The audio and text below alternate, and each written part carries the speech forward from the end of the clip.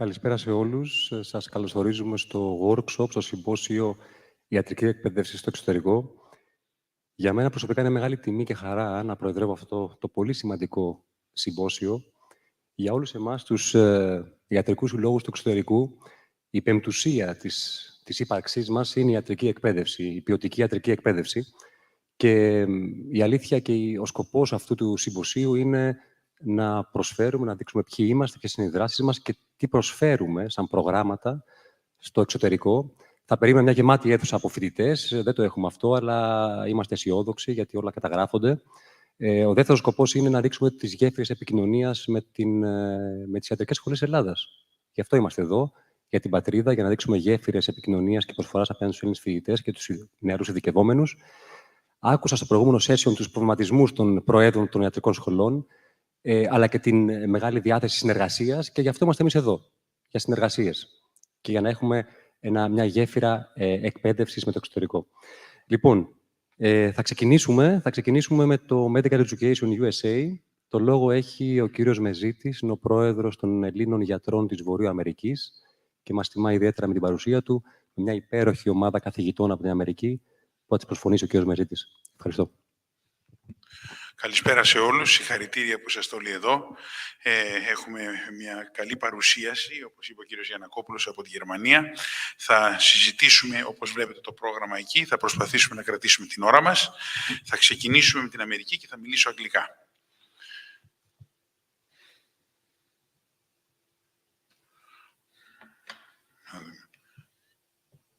Το επόμενο slide πώς θα το βάλουμε. Δεν γίνεται. Τώρα. Δεν γυρίζει. Λοιπόν, θέλω να σου μιλήσω λίγο για την Αμερική, πώς είναι οργανωμένη η ομογένεια, η ιατρική συλλόγη.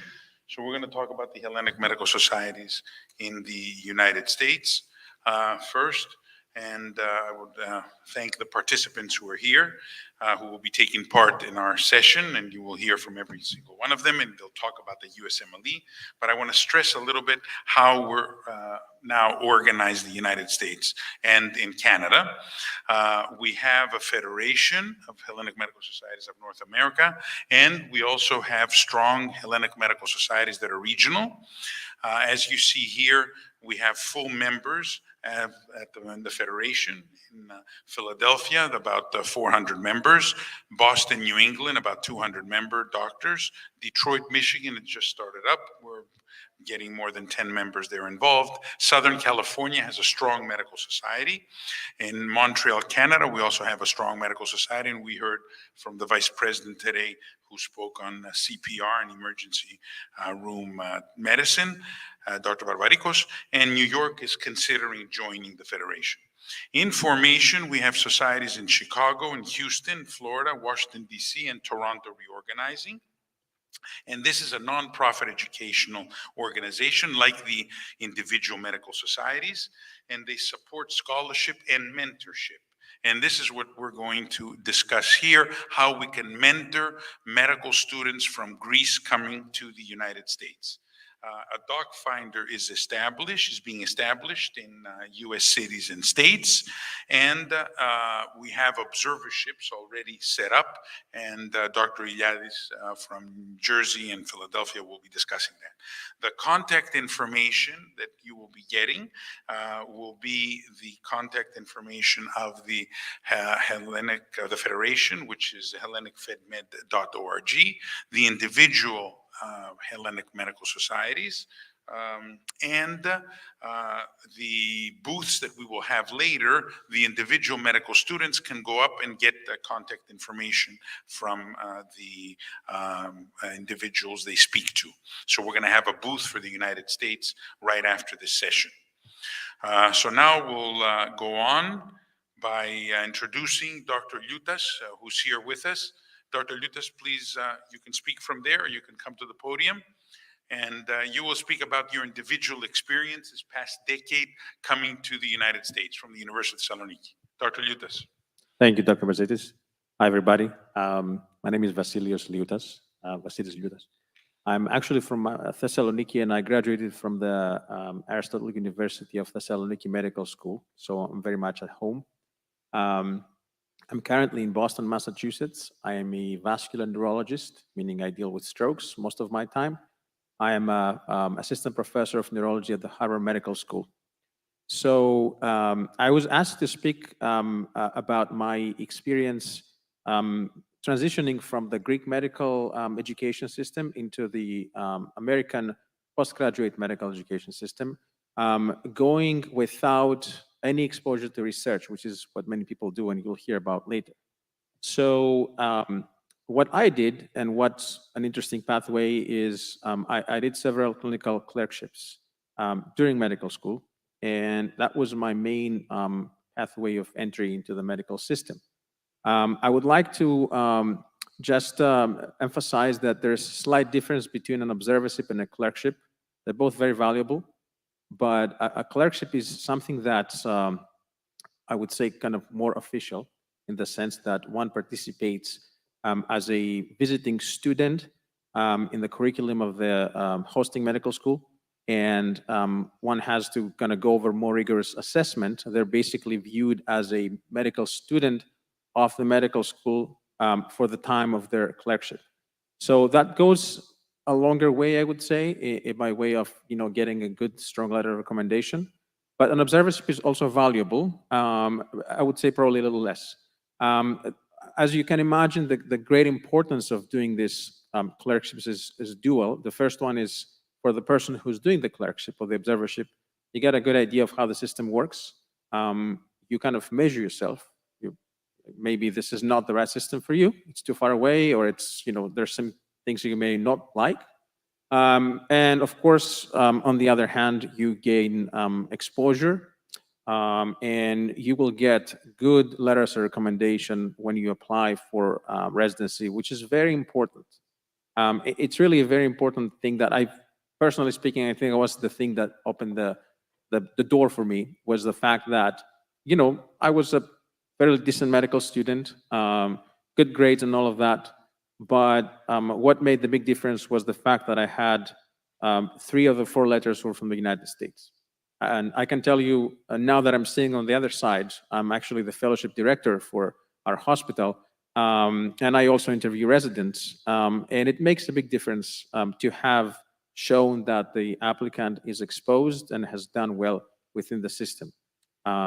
So that was my pathway. I would say it worked well for me. I would also like to emphasize how important it was to have someone on the ground in the United States that really kind of opened the door. I didn't just go to the university and said, "Hi, I'm here, can you take me?" Someone helped. What Dr. Mezitis is describing now, much more organized. In my case, it was Professor Mitsias, who is now a professor of neurology in Crete, but he really helped a lot. He made an introduction, and he kind of steered me in the right way. The last thing I will say, to not occupy too much time, is that some medical schools, they actually charge for a clerkship. They don't charge for an observership. And some others don't charge for either. Obviously, the most prestigious names, they tend to charge money, which can be quite a lot. But others don't charge. And I would say it doesn't really matter very much. You can go to a very good academic institution somewhere in the Midwest. I personally was in Detroit, and it really works very well. It doesn't have to be Harvard necessarily, or Columbia, or Stanford.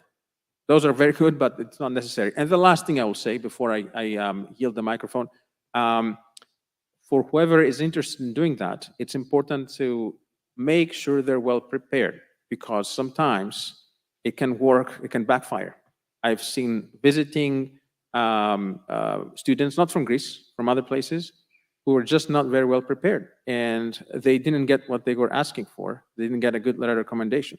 So it's important to have your English quite polished, read medical literature in English, so be kind of prepared to work within the system. And with that, I will give the microphone. Thank you very much for having me here. Thank you, Dr. Liutas, for the very insightful explanation here of how you came to the United States.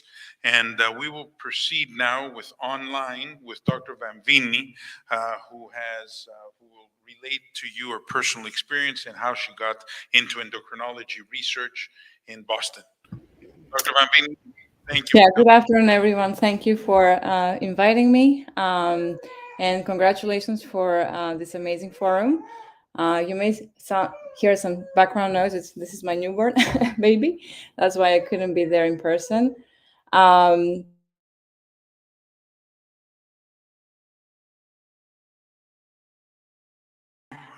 on mute? No. Can you Okay. hear me okay? Yes, we hear you again. Okay. So I was saying that I'm also a graduate from of the Aristotle University in Thessaloniki. And my path was different. I transitioned and I went to the US through research. After graduating from med school, I went to the UK initially, and I just did a part of my residency there. I went into the training program in the UK. But at some point, and while I was doing my internal medicine training there, I decided to transition to the US and do more research. So I joined Dr. Manjaro's lab, who is in Boston. He has a lab here at Harvard, and I did research, clinical translational research for 2 years. And I studied for my USMLE while I was here and while I was doing research, and that's how I started my clinical training as well. So it was really important that I had a couple of publications and some poster presentations and oral presentations in conferences, and I had a strong letter of recommendation from the US. I had letters from the UK as well, so I think that played a role because the program I was in was pretty solid clinical program, so the credentials from there I think played some role. And I did my residency, and I think once you enter the US training program, and if you're good at your job, I think it's really easy to progress and you really advance your career. And the fact that you start with research doesn't necessarily mean that you're going to do a research career. I think during residency you can really choose your path, and there are traditionally 3 paths. So you can become a medical educator, clinician educator, you can become a researcher, you can become a clinician without continuing into the academia. You can have a private practice, etc. So I felt that for me research was an important part of my career here in the US, and I continued as a resident and as a fellow in endocrinology. I matched at Beth Israel here in Boston and Joslin Diabetes Center. I did my fellowship here, and I got grants that supported my research during fellowship, and I now have my individual NIH grants, and I continue my research while I'm doing some clinical work at the same institution. So as Dr. Luda said, there's no one way or one key for success, one key pathway for success. There are multiple ways in entering the US training program system. For me, research worked really nicely. For others, doing an observership or clerkship is the way to go. But I think preparing yourself during med school, doing your USMLE earlier, probably doing your step 1 while you're in med school during the years of med school is advisable, because for me it took a while to remember all the biochemistry and physics and pharmacology, the basic science, which we usually get taught in the Aristotle University at the very beginning, the first few years in med school. So we can take any questions. We're available and we can be reached out anytime. And we're happy to discuss with students who are thinking about coming to the US, even if they haven't made any, a solid decision. Your enlightening talk, and can we give your email out to students who are interested Sure, in yeah, research in the United States? Okay, Yeah. very well. Thank you. Next, we'll have Dr. Iliadis speak to us, who's an interventional cardiologist and associate professor of medicine at Cooper Medical School in New Jersey. Kalispera. So Spiros gave me the charge. What you heard was the positive reinforcement and the positive outcomes of individuals. I have to give you the administrative side. So they're the good cops. I'm the bad cops. So I would like to thank Tony Spevitz. Dr. Tony Spevitz is our designated institutional officer, who is our ACGME and observership chair. So she went through this presentation, very short, very brief, but just to give you an idea of the challenges, which are the ACGME, from their perspective, proceeding with international medical grads, what the match results looks like, and where that data is available. It's available online. The ECFMG, which was the Educational Commission for Foreign Grads, has now really migrated towards the USMLE using that. And then lastly, a little bit about our observership, which Dr. Mazidis spoke to about the Federation trying to organize the observerships, what we've done thus far, and how we're all active and happy to participate in observerships for our Greek students. So again, just to give you a kind of a ballpark, there's 12,741 programs teaching 153,000 residents and fellows. So the ACGME oversights all of those. And what they focus on is work hours, milestone training, faculty development, and then residency training in the United States, sponsored by the U.S. government. So they have a fiduciary responsibility to the government, which makes them a little challenging to work with at times. For 2020, for example, again, this is publicly available data, 47,000 applicants for the match, which included 10,000 non-U.S. international medical grads. In 2020, 29,000 seniors applied for 36,000 spots. 51% matched their top three choices, 94% match overall. So there's opportunities for both U.S. and foreign graduates in the match, as you see.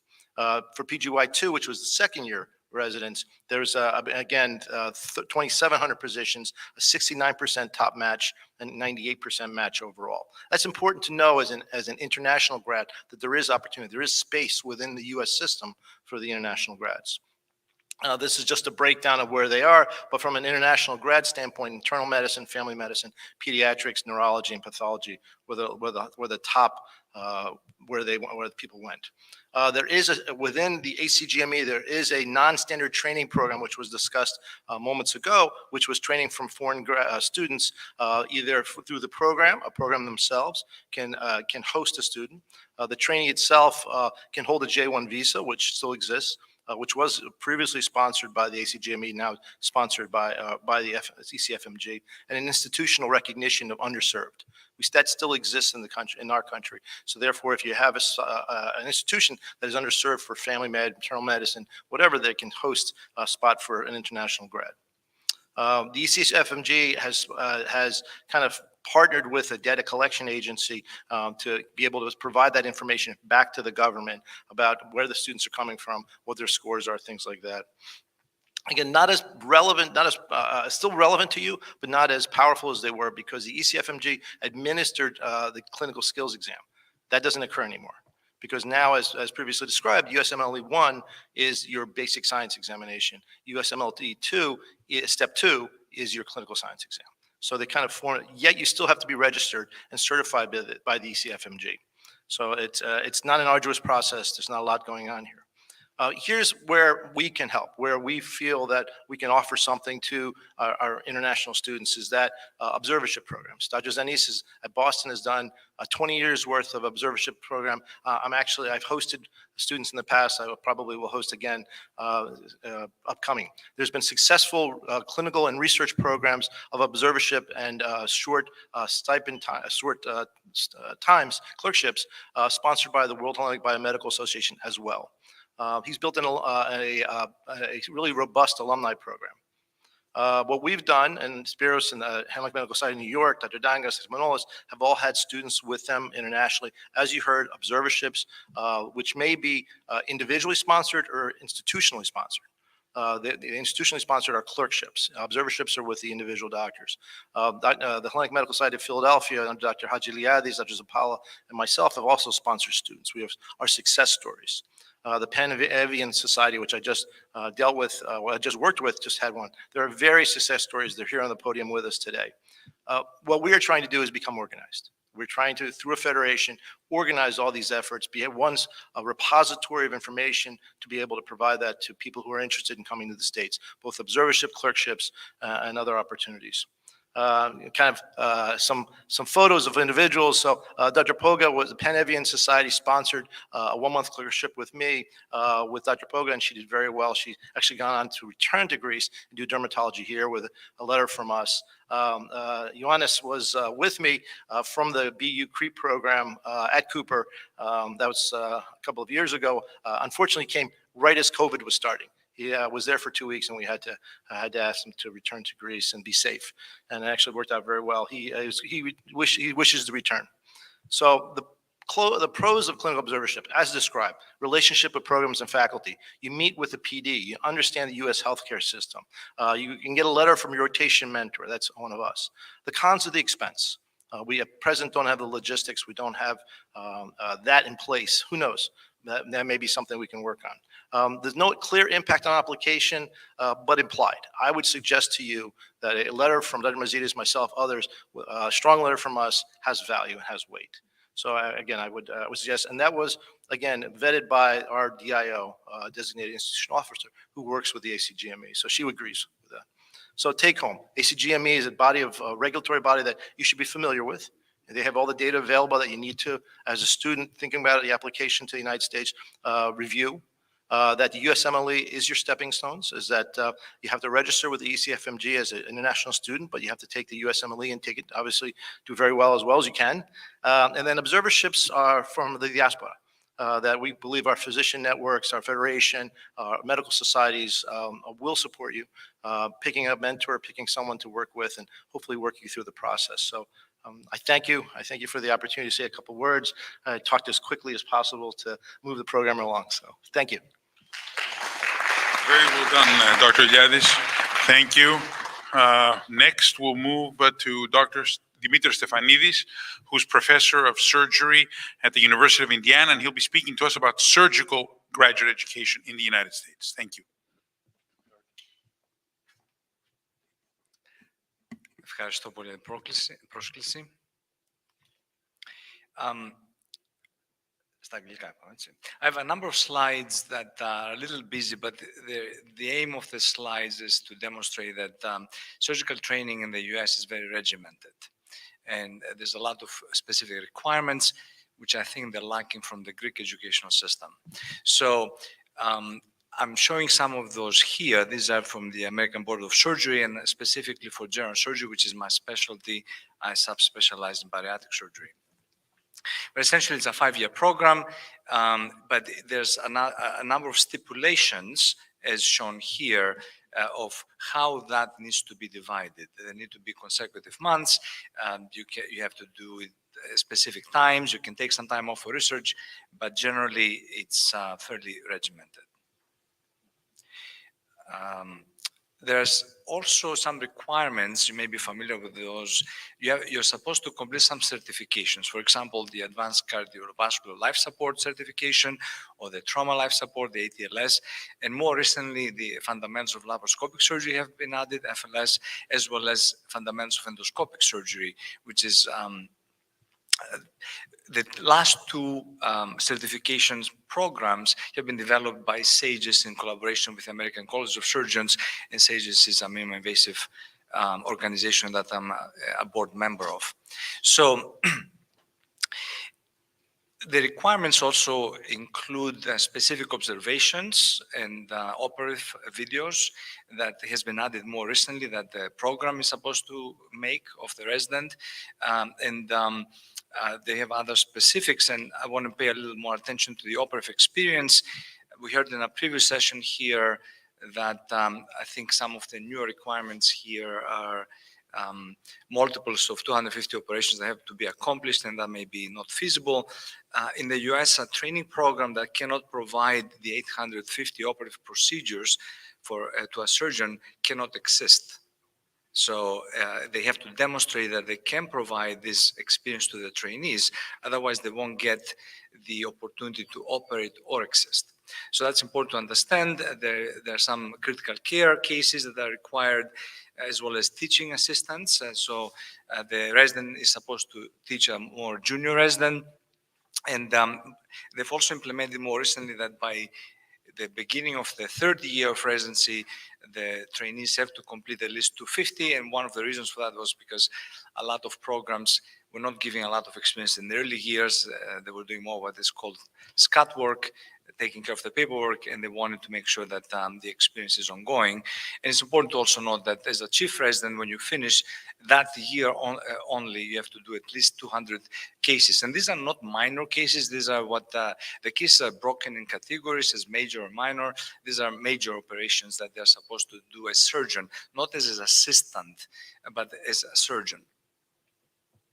So the requirements vary a lot. We recently did a study examining the education system in surgery, the US, United Kingdom, Japan, and Mexico. You can see that it's a little all over the place, and different countries have different requirements.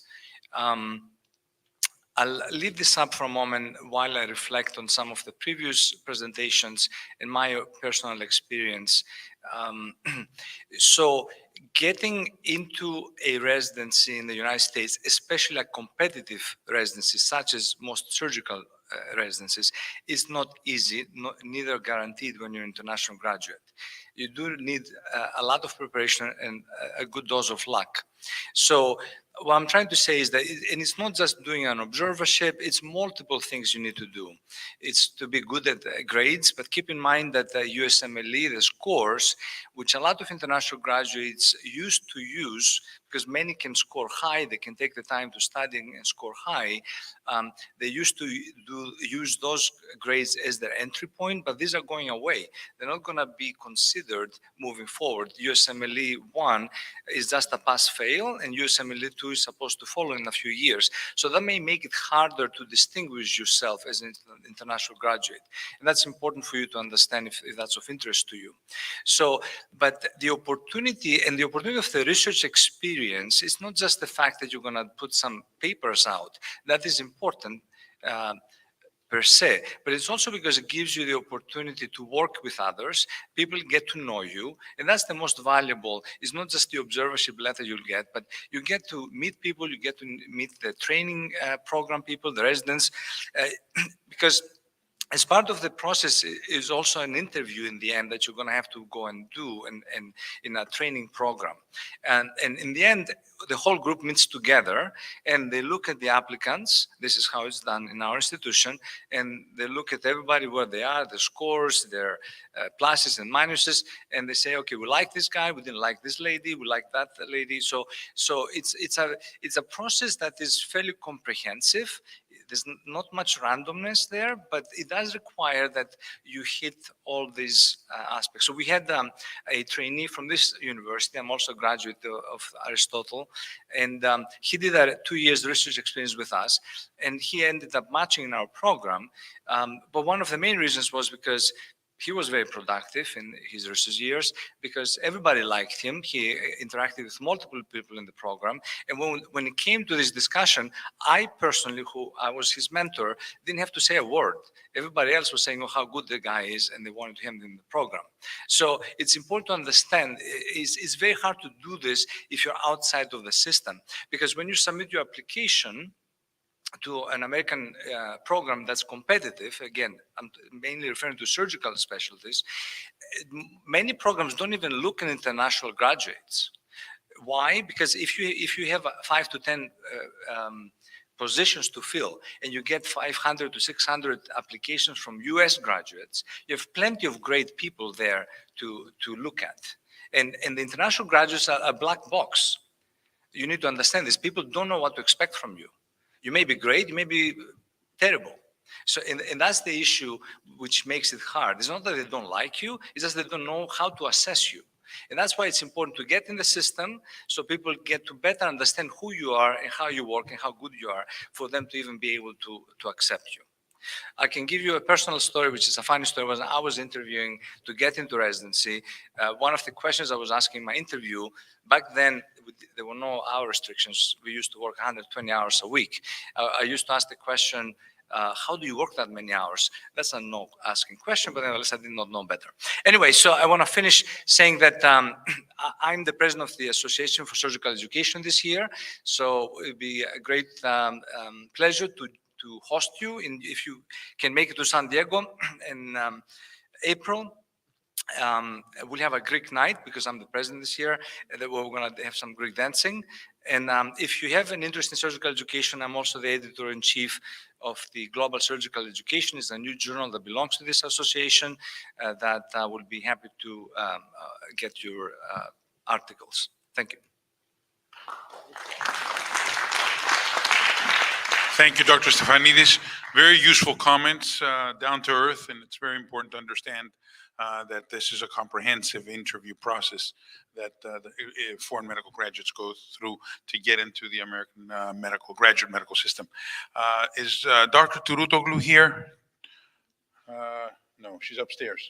She hasn't come down yet. All right. So I think, Dr. Giannakopoulos, we're done with the U.S. session. We're going to take questions outside of the booths for the individual countries, if people are interested. And now we're going to continue with Dr. Giannakopoulos and the German model.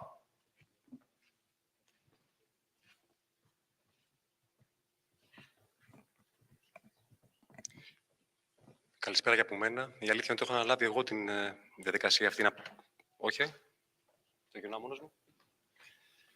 Να παρουσιάσω τον σύλλογό μας και το πρόγραμμα το οποίο προσφέρουμε. Βέβαια, η Αμερική το ξεχώρισε λίγο με 4-5 άτομα. Η αλήθεια είναι ότι κρύβονται πολύ πίσω από μένα. Πολλά ακόμα άτομα, πολλοί αξιόλογοι συνάδελφοι. Δεν είμαι μόνος μου στη Γερμανία και θα το δείξω λίγο ακριβώς αυτό. Επιτρέψτε μου όμως πρωτού δείξω το πρόγραμμα για τους φοιτητές. Βέβαια, πολλούς φοιτητές δυστυχώς σήμερα εδώ πέρα. Αλλά όπως είπα, θα καταγραφεί αυτό και θα έχουμε στη συνέχεια επικοινωνία με όλα τα πανεπιστήμια της Ελλάδας.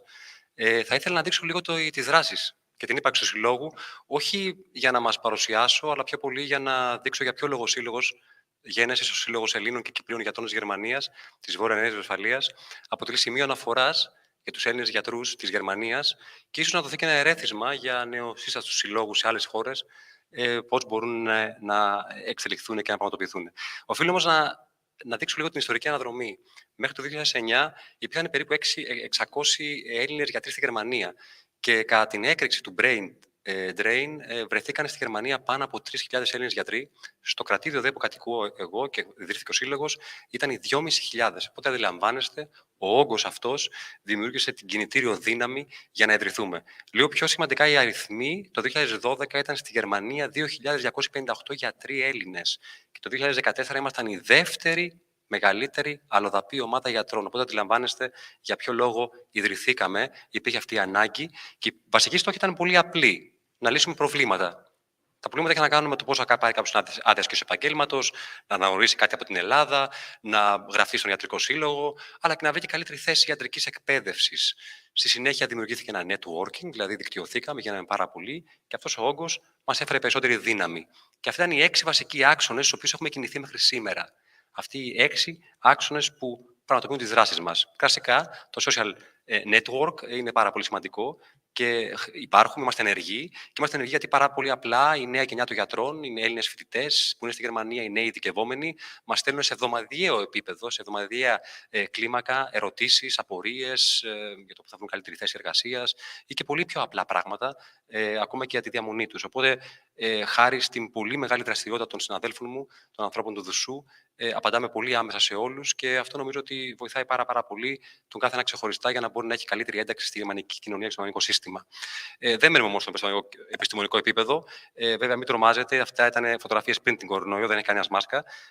Κάναμε εκδρομές πάρα πολλές, κάναμε αθλοπαιδείες γιατί έτσι βρεθήκαμε πιο κοντά όλοι μαζί. Κάναμε πολιτισμικά δρόμενα, βρεθήκαμε σε μουσεία, σε ξεναγήσεις, σε θέατρα και η επόμενη εκδρομή, Θεού θέλοντος και πανδημίας επιτρέποντος, θα βρεθούμε στην πόλη Μπρίζ. Οπότε, όποιος θέλει να μας γνωρίσει καλύτερα σε χαλαρό επίπεδο, save the date, γιατί οι θέσεις αρχίζουν και κλείνουν. Αυτό όμως έφερε κι άλλα. Έφερε κι άλλο δίκτυο, έφερε κι άλλες γνωριμίες. Βρεθήκαμε και βοηθήσαμε να ιδρυθούν το Γενάρη του 2022 2 καινούργιοι νέοι σύλλογοι στη Γερμανία. Ένα σύλλογο στη Φραγκφούρτη και ένα σύλλογο στη Βερολίνο. Μάλιστα, με το σύλλογο τη Φραγκφούρτη, με τον Σάββατο Αποστολίδη, έχουμε γίνει πολύ καλοί φίλοι, πολύ καλοί συνεργάτες και είναι και στην διοργανωτή πλέον αυτού του συνεδρίου του Παγκόσμιου. Οπότε, βλέπετε ότι όλο αυτό το δίκτυο μας φέρνει πιο κοντά. Αλλά προφανώς είμαστε ένας ιατρικός σύλλογος και σε αυτό το κομμάτι έχουμε ρίξει όλο το βάρος, το επιστημονικό κομμάτι. Όπως κάθε χρόνο και ειδικά με την πανδημία έχουν εφαρμοστεί και έχουν εδραιωθεί πλέον τα webinars. Έτσι και φέτος κάναμε 5 διαφορετικά webinars σε πολύ υψηλό επιστημονικό επίπεδο, με 24 ομιλητές από τη Γερμανία και από την Αμερική και από την Ελλάδα. Μάλιστα, σε κάποια είχαν συμμετοχή και οι ελληνικές εταιρείες της Ελλάδας σε ένα διεθνές επίπεδο. Δεν μείναμε όμως αυτό. Όπως κάθε χρόνο, βρισκόμαστε στα ελληνικά σχολεία της Γερμανίας, της περιοχής και προσφέρουμε το μάθημα των πρώτων βοηθειών. Αυτό έχει διπλή σημασία, όχι μόνο γιατί πρέπει να μάθουν οι μαθητές του Γυμνασίου και του Λυκείου να αντιδρούν σε πρώτες βοήθειες, αλλά δίνουμε και μια δυνατότητα στους μαθητές, ειδικά τους τελειόφοιτους του Λυκείου, σε ένα κομμάτι λίγο επαγγελματικού προσανατολισμού, εφόσον θέλουν κάποιοι από αυτούς να σπουδάσουν στις επιστήμες υγείας. Αλλά βρεθήκαμε παλιότερα πριν την πανδημία και σχεδόν σε όλες τις εκκλησίες, μας το ζητήσανε. Δηλαδή, οι Έλληνες, μην ξεχνάτε ότι το Ντίζελντορφ, στην περιοχή που είμαστε, είναι ο σύλλογός μας, είναι η μεγαλύτερη ελληνική κοινότητα με 150.000 Έλληνες στην ευρύτερη περιοχή. Πάρα πολλοί από αυτούς, δυστυχώς ή ευτυχώς, δεν έχουν ενταχθεί και τέλεια στην γερμανική κοινωνία, οπότε χρειάζονται να βρουν τον Έλληνα γιατρό τους, να τους εξηγήσει κάποια πράγματα. Μιλάμε για ιατρικά θέματα προφανώς, αλλά μπορούν και να εντοπίζουν πού είναι ο Έλληνας σε κάθε νοσοκομείο για να μπορούν να έχουν καλύτερη πρόσβαση. Το ίδιο κάναμε και σε όλες τις ελληνικές κοινότητες τελευταία πενταετία, εξαετία. Βούπερταλ, Έσεν, Κολονία, Ντίζελντορφ, Άχεν, βρεθήκαμε παντού. Αλλά δεν μείναμε μόνο σε αυτό. Ανοίξαμε και έφεση επικοινωνίας και με τις ιατρικές ελληνικές εταιρείες, τις πανελλήνιες, και προσωπικά εγώ έχουμε κάθε χρόνο στρογγυλή τράπεζα, ο σύλλογός μας, στο Πανελλήνιο Ορθοπαιδικό Συνέδριο, με πολύ αξιόλογους ομιλητές όπως πέρσι, αλλά και στο Πανελλήνιο Χειρουργικό Συνέδριο, γιατί θέλουμε αυτή την επικοινωνία. Αυτό που κάνουμε και σήμερα. Θέλουμε αυτή την επικοινωνία με την Ελλάδα για να υπάρχει αυτή η ανταλλαγή των απόψεων και την προώθηση της επιστήμης. Η φιλανθρωπία ήταν η πέμπτη ουσία του συλλόγου μας. Γι' αυτό ιδρυθήκαμε. Για να προσφέρουμε αυτό το λίγο που έχουμε, αυτό που μπορούμε από τον ελεύθερο χρόνο μας. Αυτό κάναμε. Έχουμε απόλυτη σχέση και συνεργασία με το χαμόγελο του παιδιού. Όχι μόνο οι παιδίατροι του συλλόγου μας, αλλά και πάρα πολλοί άλλοι γιατροί που θέλουν να προσφέρουν. Έχουμε βρεθεί πολλές φορές στην Αθήνα. Κάθε χρόνο προσφέρουμε ιατροφαρμακευτική εξοπλισμό στο κοινωνικό ιατρείο και φαρμακείο των Αθηνών, αλλά και πάρα πολλές δωρεές, όχι μόνο στην Ελλάδα και στην Κύπρο, όπου μας ζητηθεί. Τα ποσά είναι συμβολικά προφανώς, γιατί δεν είμαστε επικέρδης σύλλογος, ό,τι παίρνουμε από τα μέλη μας. Αλλά ουσιαστικά, καμιά φορά, ακόμα και η μικρή προσφορά μπορεί να μετράει, ειδικά από ένα σύλλογο που έχει μια ιατρική υπόσταση. Σε πάρα πολλά φιλανθρωπικές ιδέες πήραμε μέρος, όπως βλέπετε εδώ πέρα, στο νοσοκομείο του Έσεν, με Έλληνες γυναικολόγους, υπό την αιγίδα του τότε προξένου του κ. Δελαβέκουρα. Βρεθήκαμε σε ένα πρόγραμμα για την πρόληψη του καρκίνου του μαστού και σε πολλά άλλα προγράμματα. Αυτό είναι ενδεικτικό. Όπως και κάθε Χριστούγεννα, προσφέρουμε δώρα στα παιδικά χωριά ΣΟΣ και παίρνουμε αγάπη από τα παιδιά. Μια κορυφαία στιγμή ήταν που βρεθήκαμε στο τότε πολύ μεγάλο μείζον πρόβλημα των προσφύγων στα ελληνικά νησιά και βρεθήκαμε 5 συναδέλφους μαζί με την βοήθεια των γιατρών χωρίς σύνορα. Βρεθήκαμε στη Μυτιλήνη, στην Μόρια για 5 μέρες και βοηθήσαμε. Συμβολικό και αυτό, αλλά ουσιαστικά δείχνουμε την παρουσία μας όπου μας χρειαστεί, σαν γιατροί που πέρα από την καθημερινότητά μας, δηλαδή να προωθούμε τη γνώση, να βοηθάμε και τον συνάνθρωπο. Λύση προβλημάτων, όπως είπα στην αρχή, γι' αυτό υπάρχουμε, γι' αυτό γίναμε σύλλογος, γι' αυτό έχουμε συλλογική προσπάθεια. Ο καθένας κάνει τη δική του πορεία ούτως ή άλλως. Το βλέπουμε εδώ πέρα με πολύ αξιόλογους επιστήμονες σε όλο το εξωτερικό. Αλλά αν μπορούμε να δώσουμε κάτι από το μετερίζει, από τη δική μας δυνατότητα να προσφέρουμε και να βοηθήσουμε έστω και έναν γιατρό ακόμα να βρει μια καλύτερη θέση εργασίας, αυτό κάνουμε. Αλλά όπως βλέπετε, ξεφύγαμε λίγο από το κομμάτι άτεσκιος επαγγέλματος, αναγνώριση ειδικότητας, να βρούμε μια θέση καλύτερη, ένα καλύτερο διαμέρισμα ή να κάνουμε παρέα καλύτερη. Τώρα βλέπουμε είναι το κομμάτι του brain gain. Έχει γίνει και τη μόδα, είναι και πολιτικό κομμάτι, φαντάζομαι. Αλλά εμείς δεν μένουμε εκεί. Βλέπουμε ότι έχουμε πάρα πολλά μέλη, γύρω στους 2 με 2.500 γιατρούς στην περιοχή του NRV, οι οποίοι πολλοί από αυτούς θέλουν να γυρίσουν. Brain gain, το λέει η πολιτεία, το άκουσα χτες στην έναρξη. Εμείς πρέπει να βοηθήσουμε σε αυτό. Και πρέπει να βοηθήσουμε γιατί υπάρχουν προβλήματα. Δεν είναι τόσο εύκολο να γυρίσει κάποιος ο οποίος κάνει καριέρα στο εξωτερικό. Πρέπει να βρει τις κατάλληλες προϋποθέσεις για να γυρίσει. Υπάρχουν προβλήματα, υπάρχουν τροχοπέδια, τα οποία μπορούν να λυθούν. Βρεθήκαμε στην Ελληνική Βουλή και μιλήσαμε για αυτά. Γιατί ξέρουμε από προσωπική επαφή και προσωπική εμπειρία πάρα πολλούς δυνατά μυαλά στο εξωτερικό που βρίσκουν δυσκολία στο να επιστρέψουν. Άρα μιλήσαμε και αυτά, θίξαμε τα θέματα που υπάρχουν, μιλήσαμε και στον ελληνικό τύπο, κάναμε έρευνα, μιλήσαμε με τους γιατρούς μας και τα δημοσιεύσαμε στον ελληνικό τύπο, απλά για να δούμε ένα βήμα παραπέρα. Ένα από αυτά, για παράδειγμα, είναι η αναγνώριση εξειδικεύσεων. Κάποιοι δεν μπορούν να γνωρίσουν στην Ελλάδα, οπότε δουλεύουμε σε αυτό το κομμάτι. Μιλάμε ανοιχτά με το Υπουργείο Υγείας και με τον Πανελλήνιο Ιατρικό Σύλλογο και είμαστε σε καλό δρόμο. Απλά ήθελα να τα θίξω αυτά τα κομμάτια. Και βέβαια το mentoring. Γι' αυτό και είμαστε εδώ. Κάποιοι που έχουν καταφέρει κάποια πράγματα στο εξωτερικό είναι πάρα πολύ όμορφο να μην μείνουν στον εγωισμό τους, αλλά να μπορούν να δώσουν και κάτι παραπάνω σε κάποιον νέο που θέλει να βγει στο εξωτερικό, να δει κάποια πράγματα παραπάνω. Αυτό κάνουμε και στη Γερμανία. Με τα webinar, τα οποία φτιάχνουμε, τα οποία έχουν να κάνουν και με αυτό το κομμάτι. Κάποιοι νέοι φοιτητές, νέοι ειδικευόμενοι, να συνδράμουν, να συνδυαστούν με κάποιους κορυφαίους, δυνατούς Έλληνες γιατρούς στη Γερμανία και μέσα σε αυτό το κομμάτι να υπάρχει μια διάδραση. Αυτό κάνουμε όμως και με το Medical Forum, το οποίο εφαρμόσαμε πριν τον κορονοϊό και το συνεχίσαμε και φέτος. Το οποίο τι είναι μια συνάντηση μια συνάντηση γιατρών στο προξενείο, υπό την αιγύδα του προξένου πάντα, όπως βλέπετε εδώ πέρα, και με επίκαιρα πάντα θέματα. Και σε αυτή τη διαδικασία έρχονται πάρα πολλοί νέοι ή φοιτητές ιατρικοί στη Γερμανία, είναι ειδικευόμενοι, αλλά και πολύ κορυφαίοι, δυνατοί καθηγητές, διευθυντές κλινικών. Και υπάρχει μια διάδραση, υπάρχει μια συναστροφή, όπου αυτό φέρει μια win-win κατάσταση για όλους. Και αυτό είναι και το κίνητρό μας. Τώρα επιτρέψτε μου να μιλήσω για το πρόγραμμα το οποίο προσφέρουμε στη Γερμανία, για όποιους Έλληνες φοιτητές που βλέπω δεν είναι πάρα πολύ εδώ πέρα, αλλά ελπίζω να το μάθουν στη συνέχεια, τι μπορούμε να προσφέρουμε. Οπότε, οι ίδιοι τα μέλη μας, τα ενεργά, ο κ. Κωνσταντίνος Γκούσες, για παράδειγμα, είναι πολύ ενεργό μέλος του Συλλόγου και τον ευχαριστώ πάρα πολύ γι' αυτό. Είναι διευθυντής νευροχειρουργικού τμήματος και καθηγητής στο Πανεπιστήμιο του Μούνστερ.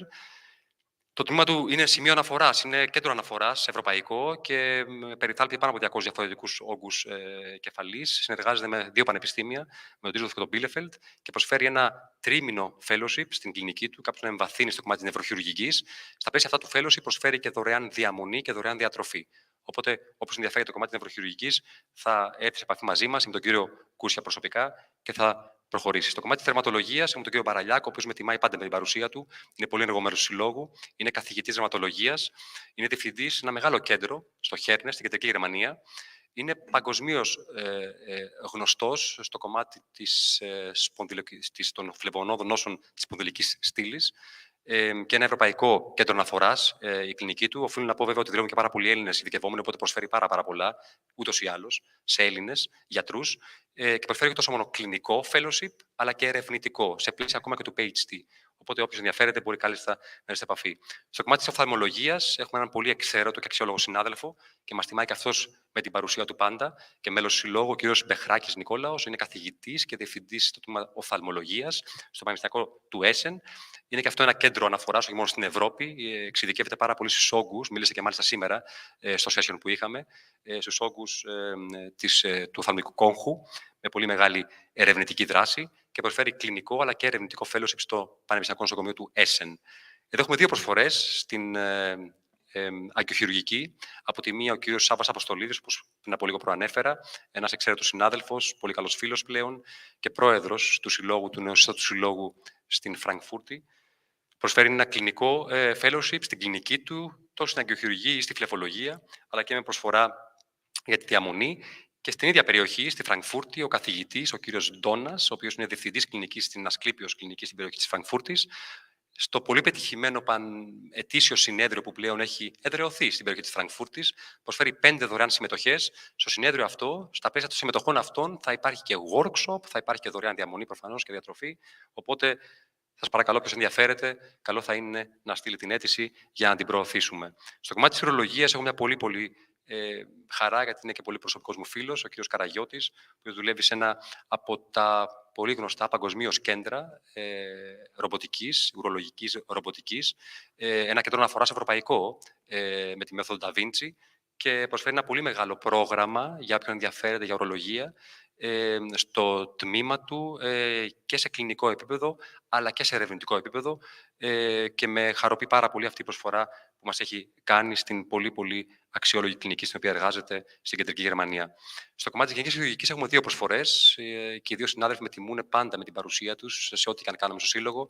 Τη μία είναι ο κ. Ιωάννης Δημητρίου, είναι διευθυντής σε 2 νοσοκομεία, στο Gladbeck και στο Gelsenkirchen στη Γερμανία.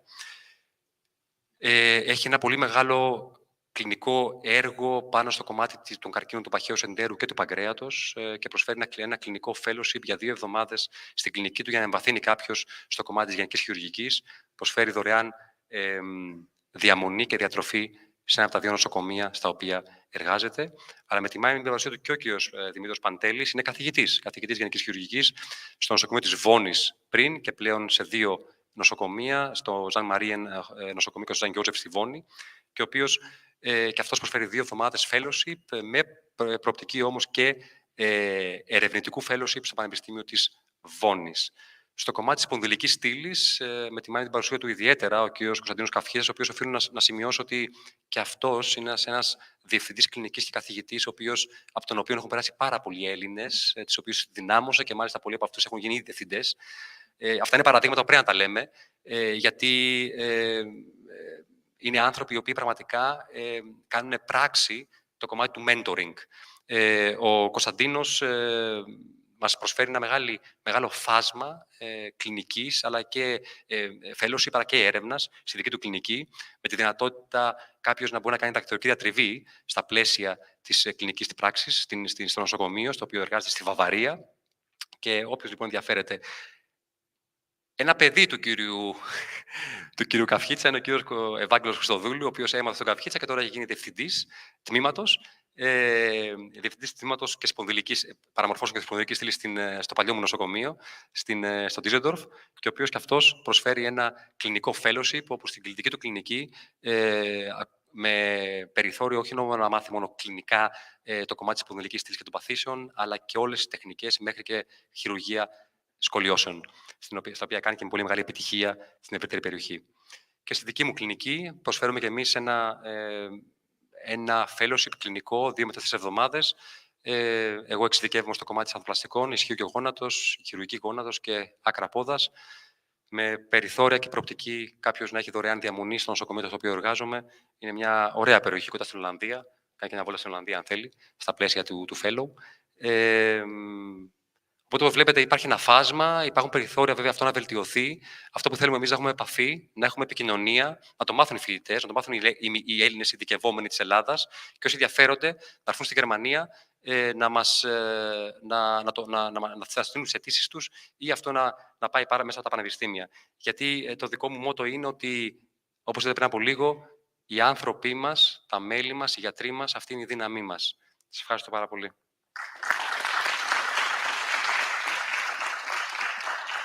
Θα συνεχίσουμε με το επόμενο κομμάτι είναι γυναικεία υπόθεση.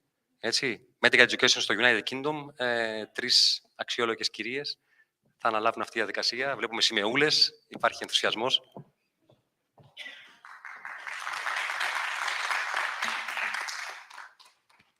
Καλησπέρα σας. Αν και η Ελλάδα είναι η πατρίδα μου, έτυχε και βρέθηκα να εργάζομαι στο Ηνωμένο Βασίλειο και είμαι ευγνώμων γι' αυτό και για το αγγλικό ιατρικό σύστημα και για την εμπειρία που είχα.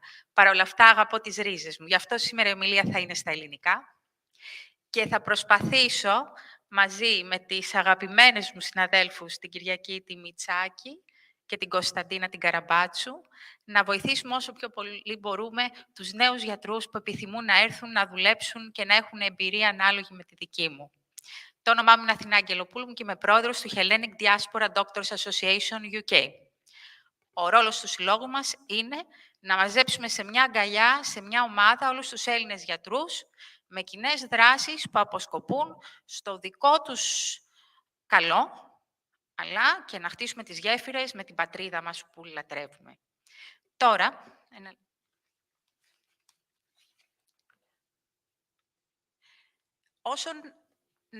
πριν να ξεκινήσω την ομιλία, θα ήθελα να διευκρινίσω κάτι για αυτούς που δεν γνωρίζουν. Όσο αφορά τη μετάβαση στον Ηνωμένο Βασίλειο για να εργαστεί κάποιος στη μετά-Brexit εποχή, για τους γιατρούς δεν έχει αλλάξει τίποτα. Το αγγλικό κράτος έχει ανάγκη από γιατρούς. Οι Έλληνες γιατροί που αυτή τη στιγμή είμαστε περίπου 2.500 στο Ηνωμένο Βασίλειο, είμαστε μια κοινότητα η οποία είναι καταξιωμένη. Οι Άγγλοι συνάδελφοί μας αγαπάνε και μας στέλνουν και ζητούμε νέο αίμα να έρθει να εργαστεί κοντά μας αν και εφόσον το επιθυμεί. Για να έρθει λοιπόν κάποιος να εργαστεί στο Ηνωμένο Βασίλειο, δεν πειράζει το ότι έχουμε Brexit. Είναι καλοδεχούμενος. Όμως πρέπει να έχει πτυχίο ιατρικής από το Ελληνικό Πανεπιστήμιο και απαραίτητα να γραφτεί στον Αγγλικό Ιατρικό Σύλλογο. Εκεί θα κάνω μια μικρή παρένθεση ότι για φοιτητές που θέλουν απλά να έχουν την εμπειρία του αγγλικού συστήματος και θέλουν να κάνουν το 6 εβδομάδες clinical attachment κοντά μας, έχουμε φοιτητές από άλλα ευρωπαϊκά πανεπιστήμια και προσπαθούμε να χτίσουμε κάποιες γέφυρες με τα ελληνικά πανεπιστήμια έτσι ώστε να μας στείλουν κοντά μας Έλληνες φοιτητές. Δεν χρειάζεται αναγνώριση από το GMC. Για τους ανθρώπους όμως που θέλουν επίσημα να εργαστούν στο Ηνωμένο Βασίλειο, πρέπει να είναι τελειόφοιτοι με πτυχίο ιατρικής και να είναι γεγραμμένοι στον Αγγλικό Ιατρικό Σύλλογο. Προαπαιτούμενη προϋπόθεση είναι να έχουν πιστοποιητικό γνώσης αγγλικής γλώσσας, το IELTS όπως λέγεται, γιατί τα πτυχία που δίδονται στην Ελλάδα, τύπου ποια δίνουν εδώ πέρα, του Cambridge το proficiency, στην Αγγλία δεν μετράνε. Άρα, IELTS, η συμβουλή από τη μεριά τη δική μου είναι να απευθυνθούν απευθείας στο Αγγλικό-Βρετανικό Συμβούλιο, όπου γίνονται τμήματα, τα οποία ως επιτοπλίστων από εκεί εξασφαλίζουν αρκετά καλά αποτελέσματα, γιατί πολλοί συνάδελφοι που έρχονται δίνουν και 2 και 3 φορές εξετάσεις αγγλικών, όσο και καλά αγγλικά να πιστεύουν ότι μιλάνε. Από εκεί και πέρα είναι πάρα πολύ εύκολο. Τα πιστοποιητικά φαίνονται εδώ. Έχουμε βγάλει κάποια φυλάδια για τους ενδιαφερόμενους. Δεν θα μείνω σε αυτά. Να τα συγκεντρώσουν και να τα καταθέσουν στο GMC και να πάρουν την άδεια άσκησης επαγγέλματος. Από εκεί και πέρα, κάποιος που τελειώνει τα 6 έτη ιατρικής. Δεν είναι εύκολο να βρει δουλειά αμέσως, γιατί πρέπει να κάνει προσωπικό συμβόλαιο με κάποιο νοσοκομείο ανά το Ηνωμένο Βασίλειο. Τα περισσότερα νοσοκομεία ζητάνε μια άμυστη περίοδο, που διαρκεί περίπου 1 μήνα με 6 εβδομάδες, για να δούνε αν ο ενδιαφερόμενος γιατρός έχει γνώση της ιατρικής και είναι αρκετά καλός για να τον δεχτούν. Αυτή η περίοδος του clinical attachment είναι αρκετά δύσκολο να βρεθεί. Πολλά παιδιά κάνουν αιτήσεις σε πάρα πολλά νοσοκομεία και δεν τα δέχονται, και εκεί είναι η δουλειά του συλλόγου μας να βοηθήσει στο να τακτοποιηθούν εντός εισαγωγικών αυτά τα παιδιά, να κάνουν το clinical attachment, να πάρουν τη συστατική επιστολή τους και να ξεκινήσουν την εργασία τους στο Ηνωμένο Βασίλειο. Η ιατρική στο Ηνωμένο Βασίλειο είναι 5 χρόνια και ακολουθεί Fellowship 1 και Fellowship 2, 2 χρόνια. Το δικό μας, ας πούμε, το 6ο έτος και το αγροτικό. Όμως, επειδή εμείς εδώ η ιατρική είναι 6 χρόνια, στην πραγματικότητα τα τελειόφυτα παιδιά μας μπορούν να περάσουν απευθείας στο F2 στάδιο. Αυτό στα χαρτιά, στην πράξη δεν γίνεται ποτέ. Γιατί ένας Έλληνας γιατρός, από το ελληνικό σύστημα, μεταπηδά στο αγγλικό σύστημα, χρειάζεται οπωσδήποτε, κατά τη γνώμη μου, να ξεκινήσει από την αρχή, για να μην αποτύχει, να ξεκινήσει δηλαδή σαν FE1. Και τώρα, τελειώνοντας αυτά τα λίγα, θα σας πει το νέο αίμα μας. Είναι μια νέα ταλαντούχα και αξιόλογη γιατρός, η Στεφανία Μιστάκη. Τη διαδικασία, δεν θα μείνουμε στη διαδικασία απόκτησης άδειας επαγγέλματος. Έχουμε τα φυλάδια να σας μοιράσουμε αν ενδιαφέρεστε, και το site μας και τα τηλέφωνά μας θα σας τα δώσουμε για οποιονδήποτε θέλει περισσότερες πληροφορίες. Θα μας πει η Στεφανία 2 πράγματα για την εκπαίδευση στην παθολογική κατεύθυνση και στη χειρουργική, διότι στην Αγγλία έτσι γίνεται. Ακολουθούν 2 δρόμους, η παθολογική ή η χειρουργική κατεύθυνση, και μετά θα δώσουμε το λόγο στην κυρία Καραμπάτσου, η οποία θα μας μιλήσει για το fellowship, γιατί κοντά της έχουν εκπαιδευτεί πάρα πολλοί Έλληνες νευροχειρουργοί. Ευχαριστώ πάρα πολύ.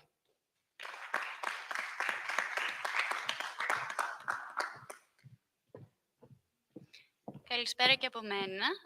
Θα σας μιλήσω λίγο για το σύστημα της εκπαίδευσης των γιατρών στο Ηνωμένο Βασίλειο και θα ξεκινήσω από αυτό που ανέφερε μόλις Αθηνά, που είναι το Foundation Training, το οποίο ουσιαστικά αποτελεί τη γέφυρα μεταξύ της ιατρικής σχολής στο Ηνωμένο Βασίλειο και τη διαδικασία εκπαίδευσης για ειδικότητα ή τη γενική πρακτική. Όπως ανέφερε και η Αθηνά, η πλήρης εγγραφή με άδεια ασκήσεως επαγγέλματος γίνεται αφού ολοκληρωθεί το Foundation Year 1, αλλά επειδή στην Ελλάδα υπάρχει ένας χρόνος πρακτικής άσκησης, ο οποίος είναι ενσωματωμένος στο πτυχίο, κάποιος μπορεί να πάρει πλήρη εγγραφή αμέσως μετά την ολοκλήρωση του πτυχίου του. Μετά την ολοκλήρωση του Foundation Training, η οποία είναι υποχρεωτική για οποιονδήποτε τελειώνει ιατρική στο Ηνωμένο Βασίλειο, διαλέγει ο καθένας την κατεύθυνση την οποία θέλει να ακολουθήσει. Σε αυτή την ομιλία θα επικεντρωθώ στην παθολογική και τη χειρουργική κατεύθυνση, επειδή είναι έχουν λίγο πιο πολλά στάδια. Υπάρχουν και άλλες κατευθύνσεις, όπως ας πούμε η γυναικολογία, η παιδιατρική, η ψυχιατρική, η γενική παθολογία, οι οποίες είναι διαφορετικές κατευθύνσεις και ξεκινάει κάποιος το training του απευθείας στην κατεύθυνση που έχει επιλέξει.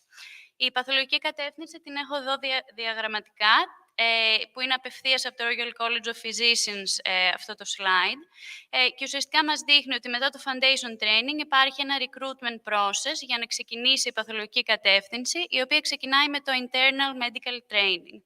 Αυτό είναι 2 ή 3 χρόνια, το οποίο εξαρτάται από την ειδικότητα που θέλει κάποιος να ακολουθήσει μετέπειτα. Και σε αυτό το κομμάτι κάποιος πρέπει να ολοκληρώσει 3 exams από το Royal College of Physicians, προκειμένου να είναι eligible για το επόμενο στάδιο. Μετά ακολουθεί δεύτερο recruitment process, με την επιλογή για την ειδικότητα, και όταν τελειώσει και αυτό το στάδιο, το οποίο διαρκεί 4 χρόνια, κάποιος παίρνει το Certificate of Completion of Training και μετά μπορεί να εργαστεί ως consultant.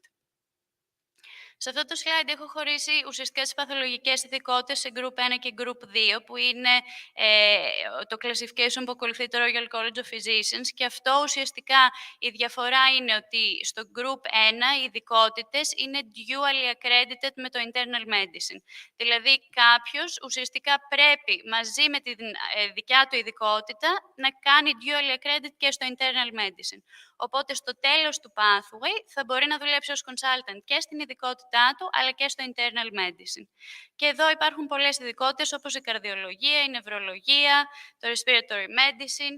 Στο group 2 έχουμε ειδικότητες όπως η αιματολογία, η ογκολογία. Εδώ κάποιος μπορεί να κάνει train μόνο στη δικιά του ειδικότητα και το internal medical training, που είναι το πρώτο στάδιο, διαρκεί 2 χρόνια. Για τις group 1 ειδικότητες είναι 3 χρόνια, συν τα 4 της ειδικότητας.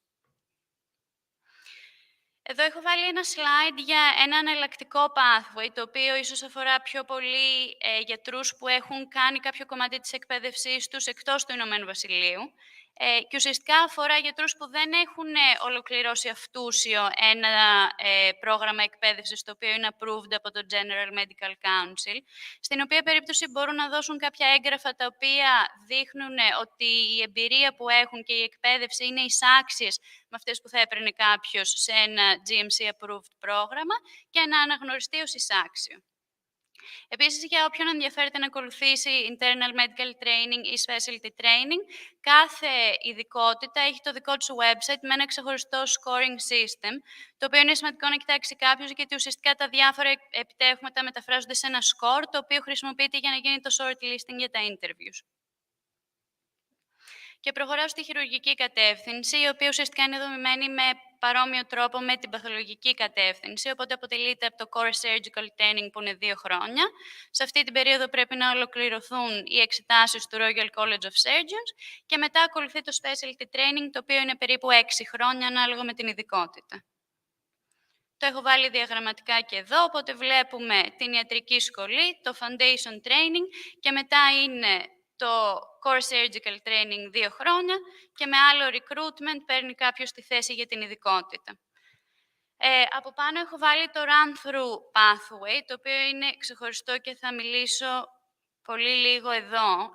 Ουσιαστικά υπάρχουν πολύ λίγες θέσεις για το Run-Through Pathway, για κάποιες ειδικότητες περιορισμένες, και είναι πιο πολύ για όσους θέλουν να ακολουθήσουν ακαδημαϊκή καριέρα.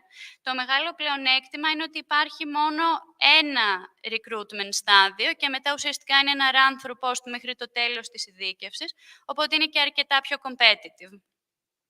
Μιλήσαμε ήδη για το Caesar Route, που είναι για όσους έχουν ακολουθήσει μέρος της εκπαίδευσής τους στο εξωτερικό. Και εδώ ολοκληρώνεται η ομιλία μου.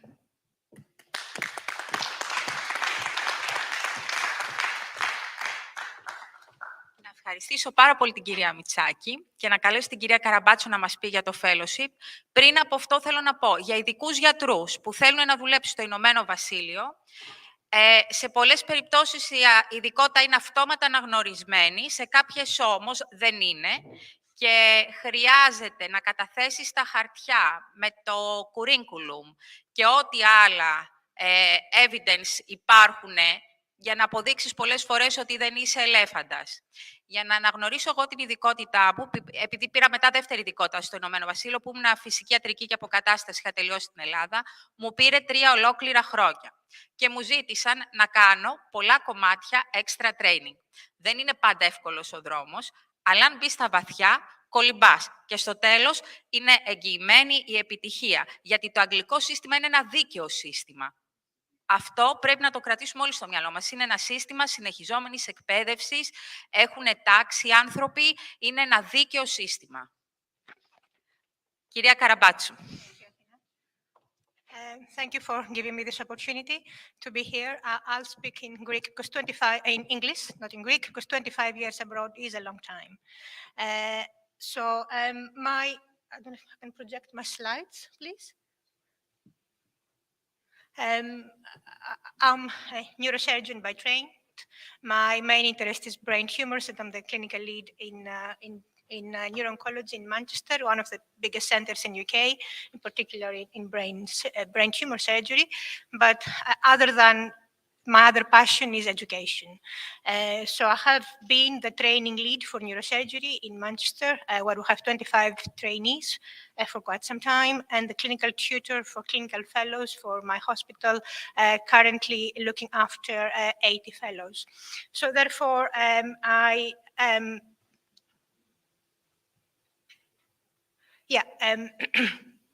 so I'll just skip that. For me, what made me have a very strong interest in education was my own journey. I did my medical school in University of Athens, and then I started my neurosurgical training in Athens, in Cat Hospital. I have to say I was one of the, I think, few female, probably first or second neurosurgical trainee. I didn't think I would have had the training or the career I would have liked for myself, and that made me go abroad. Obviously, it was different times, but again, you cannot do anything without perseverance. And I was lucky enough to have support from one of the professors of neurosurgery who was Greek at the time, who gave me a step to go to the UK, do an observership in the first instance, and then got into the training system there and completed my neurosurgical training and did a fellowship subsequently in Canada for 2 years, in Toronto, with an amazing mentor, Dr. Gentili, who unfortunately passed away this year from a brain tumor. So he was one of the people who inspired me the most to look after my trainees, to look after my fellows. I would say it is definitely worth, even if you have done your training in Greece or elsewhere, to undertake a fellowship abroad, in particular in UK, because you get the exposure in different healthcare systems that broadens your horizons, and then you can integrate this experience when you return to your respective country. Also, people can focus in the special field of interest. Obviously, now it's the area of the time of subspecialization. So to be able to learn, to improve your skill, no matter what specialty you are, and to consolidate the experience you have acquired during your training is paramount. Obviously, also you improve your confidence and your morale, and certainly you improve your CV and you can enhance your career. Over the years, I have mentored a number of fellows, not Greeks and not only, and I'm quite proud that quite a few of them actually have returned to our homeland and they're doing extremely well. I will just give a personal example.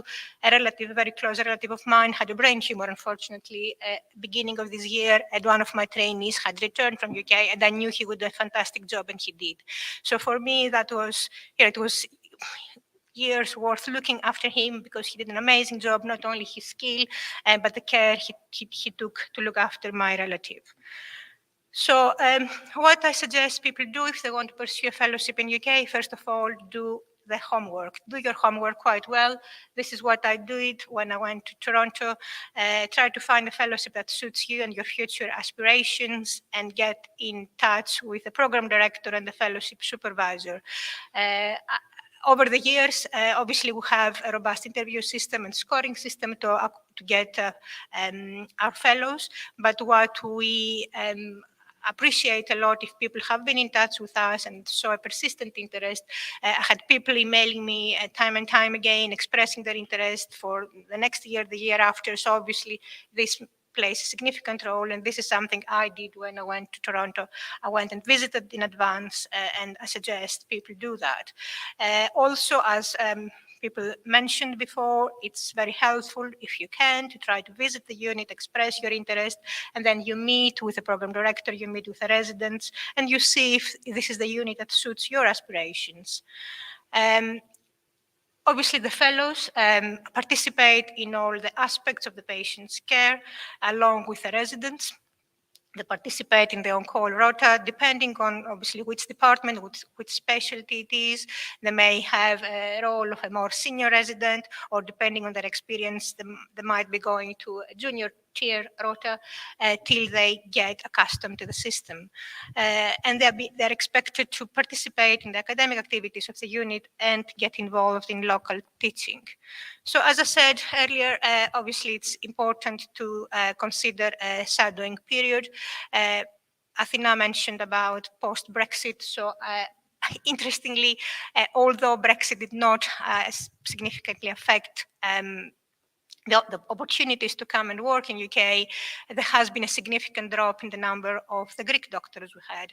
I do remember around between 2010, 2015, we had more than 5-6 doctors in neurosurgery who were from Greece, and the word rounds, my colleagues were saying, always happen in Greek. At the moment, we still have 2 Greek fellows, but people should not be put off by Brexit. And actually, in fact, there is a shortage of doctors, believe it or not, and nurses in UK. Obviously, certain specialties are quite competitive, but still worth pursuing. It is a different, it was a cultural shock coming to there, but you get accustomed. People are friendly no matter what they say, and you can adapt quite quickly. I think we discussed previously about trying to get the UK exam if you want to pursue a career in UK, and there is a parallel road called the CSER process that you accumulate your experience and then you apply to the GMC with 3 letters of recommendation. And if you have acquired the expected competencies, you may be able to get a certificate of specialty of training, even if you haven't been through the national training system in UK. So there is this avenue, provided you work hard and you have people to support you. So there are 2 different types of fellowships in UK. There is the formal fellowships, which are approved by Royal College of Surgeons or Physicians. Those are more structured and they're more monitored. For example, I'll just say about my field, every fellow who spends 12 months with us is expected to have done at least 150 operative cases, to have published 2 papers and 2 audits. So there is a set curriculum and set learning outcomes, and these are monitored at the end of the fellowship by the Royal College, where they submit their achievement, and then only they can get a certificate of fellowship, and then only the institution can continue being able to offer formal fellowships. Κωνσταντίνα, έχουμε ξεπεράσει το χρόνο που μας Okay, I'm ανέλαβε. finishing, thank you. And then there are the locally approved fellowships, which is more emphasis in service commitment. This is just basically, it's about our trust. I won't say much about this. And I will say, finally, it's very, there are other things one has to consider where you get your fellowship, with the amenities, the countryside, cost of living, and the support networks that are available. I'll finish by this. I'm saying we're very keen to welcome any people who want to come to UK. I'm very happy to give my email to anybody who wants to pursue any further neurosurgical training or bring them in touch with other colleagues in other fields. Many thanks. Thank you very much. Θα συνεχίσουμε, πρέπει να επιταχύνουμε λίγο. Θα συνεχίσουμε το σύστημα του Καναδά. Οπότε θα καλέσω η καθηγήτρια κυρία Μαριλής. Θα μιλήσει για το Medical Education στον Καναδά, μαζί με τον κύριο Χατζηλιάδη, ο οποίος και αυτός έχει εμπειρία από το σύστημα του Καναδά. Ευχαριστούμε πολύ. Γεια σας, λέγομαι Λίλα Αμυράλη, είμαι καθηγήτρια παιδοψυχιατρικής στο Μοντρεάλ του Καναδά και θα σας μιλήσω για λίγο για το σύστημα του Καναδά. Ο Καναδάς έχει ένα δημόσιο σύστημα υγείας, το οποίο σημαίνει ότι in terms of observerships or clerkships, they are almost impossible to obtain. The reason is that everybody who works there is a product of the system and has to be absolutely sure that there is no favor given to anybody and nobody can get somebody that who she or he knows into the system without actually having the education and having passed through the university. In fact, observerships are impossible for our own students students if they are not, for Canadian students, if they are not enrolled in the program. So this is not a possibility. Clerkship is only in the context of exchange via the university. So if we manage to get an official agreement with one of the universities here in Greece, it will be possible, but those are the only terms.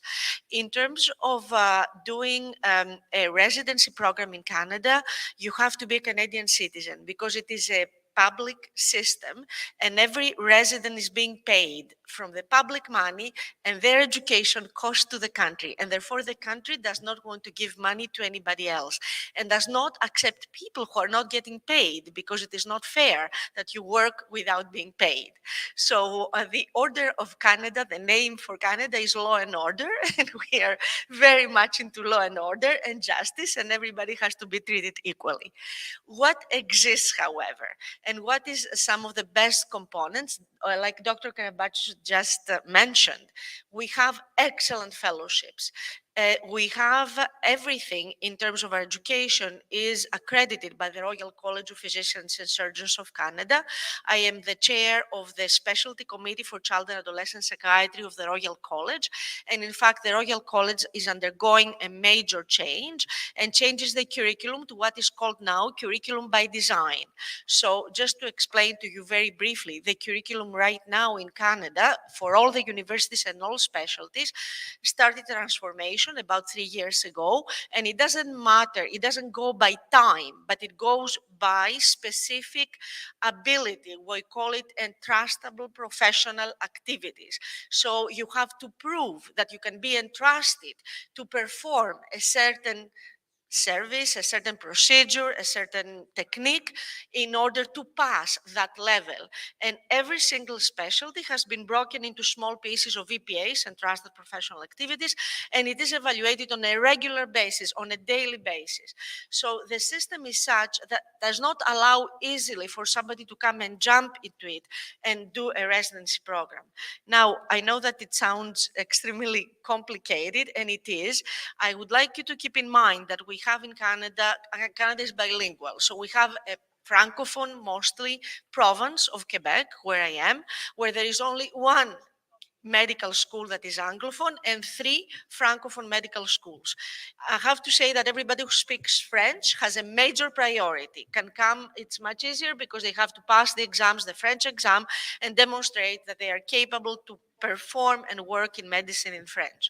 In terms of the English university, McGill University, which is called the Harvard of the North, and we are proud to say that it costs a lot less than Harvard in terms of, you know, how much you have to pay to get trained there. We have, and at the French universities, we have excellent fellowships, some of which are recognized by the Royal College, and some others, just like Dr. Karabachis just said, are local fellowships or diplomas that are offered to residents. In fact, you can I would like to ask if Miltiadis, I don't know if he's with us. Miltiadis, can you hear us? Can we see Miltiadis? Dr. Miltiadis Georgiopoulos? Hi, thank you. So Dr. Miltiadis Georgiopoulos is from Patra and came a couple of years ago, and I'll let you continue. He will explain to you about the fellowships, and then we'll continue. Μπορείτε να μ' ακούτε από ό,τι κατάλαβα. Οπότε ξεκινάω. Και να πω, θα μιλήσω βασικά και για τα fellowships.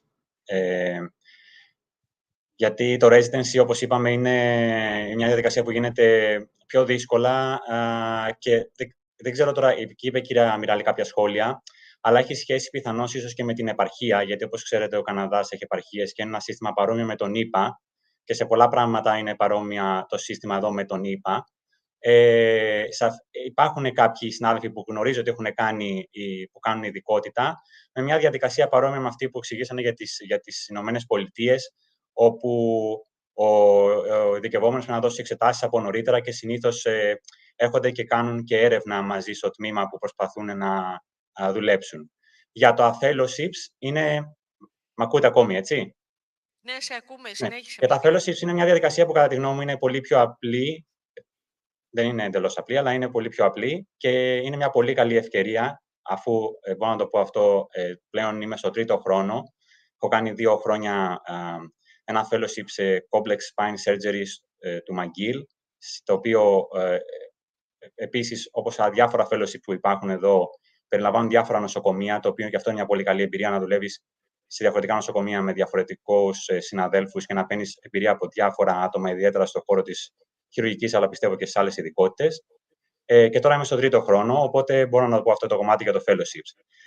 Οι χρηστικές πληροφορίες που θα να πω είναι ότι υπάγονται κατευθείαν στο εκπαιδευτικό πρόγραμμα των πανεπιστημίων τα fellowships. Αυτό σημαίνει πρακτικά, για όποιον ενδιαφέρεται, ότι συνήθως για να βρει τα fellowships πρέπει να μπει στο website του πανεπιστημίου, του εκάστοτε πανεπιστημίου, είτε του McGill, είτε το οποιοδήποτε πανεπιστήμιο είναι αυτό, και να βρει ποια είναι τα fellowships. Παρότι υπάρχουν τα ονόματα των γιατρών και μπορούν να βρουν από τα νοσοκομεία κάποια emails και όλα αυτά, για να κάνουν μια επικοινωνία αν θέλουν να ρωτήσουν κάποιες πληροφορίες, αλλά για να βρουν τα fellowships θα τα βρουν στα websites αυτά.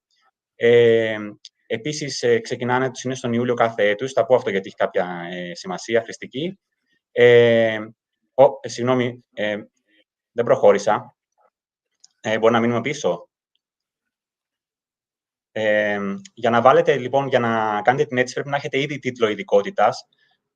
Για κάποιον που δεν είναι Καναδός, για να δει, μπορεί να την κάνουν την αίτηση να κάνουν ειδικότητα, αλλά για κάποιον που δεν είναι Καναδός, που δεν κάνει ειδικότητα στο Καναδά, πρέπει να έχει ήδη τίτλο ειδικότητας. Αυτό σημαίνει πρακτικά ότι όταν έχετε τον τίτλο και κάνετε την αίτηση, συνήθως επειδή για να πας σε κάποιο fellowship πρέπει να έχεις υποβάλει το προηγούμενο έτος ή μερικές φορές και 2 χρόνια πριν, καταλαβαίνετε ότι συνήθως δεν μπορεί να ξεκινήσει κατευθείαν μετά την ειδικότητα το fellowship. Οπότε, καλύτερα, αν κάποιος ενδιαφέρεται, με το που πάρει το τίτλο, να έχει ήδη τις πληροφορίες από πριν και να κάνει την αίτηση, έτσι ώστε να μπορεί να ξεκινήσει το fellowship την επόμενη χρονιά.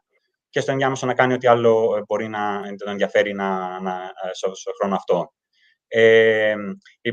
Οι πληροφορίες, όπως είπαμε, είναι διαθέσιμες στα sites. Τα κομμάτια τώρα χρηστικά πάλι για να δουλέψει κάποιος ως fellow είναι η εγγραφή στο Medical Council of Canada, το οποίο είναι το αντίστοιχο του Πανελλήνιου Ιατρικού Συλλόγου, και στο τοπικό σύλλογο, και να πάρει και την άδεια παραμονής, προφανώς, αφού μιλάμε μια χώρα που δεν είναι στην Ευρωπαϊκή Ένωση, προφανώς. Και να πω εδώ ότι η εγγραφή στο Medical Council of Canada είναι μια διαδικασία που είναι πολύ αργή. Γι' αυτό πρέπει να το ξέρει όποιος κάνει αυτή τη διαδικασία, να ξέρει σε τι στάδιο είναι, για να ξέρει πότε μπορεί να ξεκινήσει, ότι αυτό το κομμάτι θα του πάρει πολύ χρόνο και πρέπει να προσπαθήσει να το επισπεύσει όσο περισσότερο γίνεται την πλευρά του, για να μπορέσει να ξεκινήσει εγκαίρως. Απλά ένα μικρό σχόλιο, ότι επίσης όταν προσλαμβάνεσαι σαν fellow, έχεις και δωρεάν κάλυψη ιατρική στον Καναδά και ασφαλιστική προς μετάτες στον χρόνο γιατί υπάρχουν συμφωνίες μεταξύ του Καναδά και της Ελλάδας στα κομμάτια αυτά.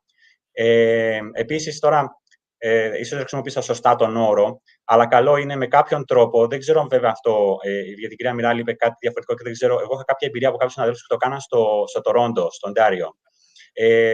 Με κάποιο τρόπο να πάει να παρακολουθήσει κάποιες δραστηριότητες της κλινικής. Ίσως το κάνανε μέσω, δεν νομίζω ότι κάνανε έρευνα, αλλά κάποιοι συνάδελφοι το κάναν, και έτσι μπορέσαν να γνωριστούν γιατί είναι πολύ σημαντικό να γνωριστείς και με τον director αλλά και με το staff, και να κάνουν κάποιες γνωριμίες, να πούνε περισσότερα λόγια για τον εαυτό τους σε σχέση με το να στείλουν ένα CV.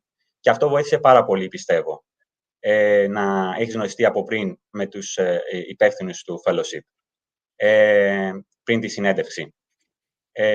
Εδώ τώρα να πω επίσης ότι γενικά στον Καναδά υπάρχει ένα μεγάλο αριθμός fellows, οι οποίοι χρηματοδοτούνται από τη χώρα τους, από διάφορους φορείς των χωρών τους, που δεν μπορεί να είναι ο εαυτός τους ή αμυστή, ή ο εαυτός τους ή κάποιο φορέας πολύ μικρός. Πρέπει να είναι κάποιος αναγνωρισμένος φορέας. Αυτό όμως για την Ελλάδα πρακτικά δεν γίνεται, γιατί και εγώ το είχα διερευνήσει πριν έρθω, γιατί μιλάμε για ένα ποσό το οποίο περίπου σε ευρώ είναι περίπου, τουλάχιστον για το McGill, από ό,τι ξέρω, πρέπει να είναι συνήθως αυτό είναι για τους fellows, περίπου 38.000 ευρώ το χρόνο. Οπότε αυτό πρακτικά δεν νομίζω ότι υπάρχει κάποια τέτοια χορηγία που μπορεί να βρει κάποιος στην Ελλάδα. Οπότε αυτό που πρέπει να κάνει κάποιος για να μπορέσει να γίνει ανταγωνιστικός και να βρει μια θέση είναι να στηριχτεί πολύ στο βιογραφικό του, που κυρίως είναι μέσα του ακαδημαϊκού έργου του και των δημοσιεύσεών του. Ίσως αυτό παίζει το μεγαλύτερο ρόλο από ό,τι φαίνεται. γιατί και το logbook να δώσει των επεμβάσεών του ή οτιδήποτε άλλο, ίσως αυτό να μην μπορεί να γίνει και απόλυτα αναγνωρίσιμο από την άλλη πλευρά, παρότι θα το δεχτούν, γιατί δεν μπορούν να ξέρουν ακριβώς το επίπεδο και είναι και μια άλλη χώρα, η Ελλάδα κτλ. Οπότε η δημοσίευση είναι κάτι το οποίο δεν αμφισβητείται. Στο personal statement, λοιπόν, πρέπει να δείξει κάποιος ότι έχει ένα ειδικό ενδιαφέρον στο κομμάτι αυτή το fellowship και όχι ότι απλά πάει σε μια άλλη χώρα ή σε ένα καλό νοσοκομείο. Πρέπει να δείξει συγκεκριμένα γιατί έχει ενδιαφέρον στο κομμάτι αυτό που πάει να ασχοληθεί, αφού μιλάμε για μια εξειδίκευση. Και πρέπει να το μεταδώσει αυτό στη συνέντευξή του. Και οι συνεντεύξεις από μόνες τους είναι ένα skill, οπότε είναι κάτι το οποίο δεν πρέπει να το αποφεύγουμε, είναι σημαντικό και έτσι κι αλλιώς. Εμένα, παραδείγματος χάρη, μου είχαν πει δεν θα βρεις στις πρώτες συνεντεύξεις και βρήκα κατευθείαν, αλλά μπορεί να είναι και το αντίστροφο. Όπως και να έχει, σημαίνει ότι πρέπει να πας να πεις για τον εαυτό σου και να δείξεις ποιος είσαι και δεν είναι κάτι το οποίο πρέπει να φοβόμαστε. Για τη γλώσσα τώρα, που το κομμάτι των πτυχίων κυρίως που εμένα πάλι με μπέρδεψε, ήταν στο Οντάριο είναι το EFL, που υπάρχει σαν πτυχίο που είναι πιο εύκολο νομίζω από το IELTS. Ο χρόνος μας πιέζει. Ναι, τελειώνει μια διαφάνεια αυτή. Μιλτιάδη, επειδή χρειάζονται την αίθουσα και μας Ναι. διακόπτουν αυτή τη στιγμή, αυτό που θα κάνω είναι θα δώσω τα στοιχεία σου και αυτές οι πληροφορίες που σας δώσαμε θα χαρούμε πάρα πολύ. Με το email του Μιλτιάδη και εμένα μπορείτε να επικοινωνήσετε μαζί σας. Δεν ξέρω αν έχουμε εδώ κι άλλους από το Μοντρεάλ ή από τον Καναδά, γιατί είχαμε τη Μαριέτα την Βαρβαρίκος που ήταν εδώ, είχαμε τον πρόεδρο του Ιατρικού Συλλόγου, τον Δημήτρη. Είναι εδώ αυτή τη στιγμή, δεν ξέρω.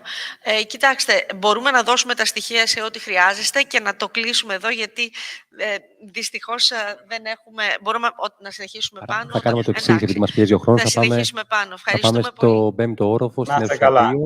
Εκεί θα ολοκληρώσουμε το session, γιατί έχουμε και πολύ ενδιαφέρουσες συζητήσεις και από τη Γαλλία, από την Ελβετία, από την Νότια Αφρική. Μας έχουν κάνει μεγάλη τιμή οι αξιόλογοι συνάδελφοι. Οπότε κλείνουμε το session εδώ. 5 λεπτό για μας διάλειμμα και ανεβαίνουμε στον 5ο, στην αίθουσα 2, για να συνεχίσουμε και εκεί να ολοκληρώσουμε και να βγάλουμε και ωραίες φωτογραφίες.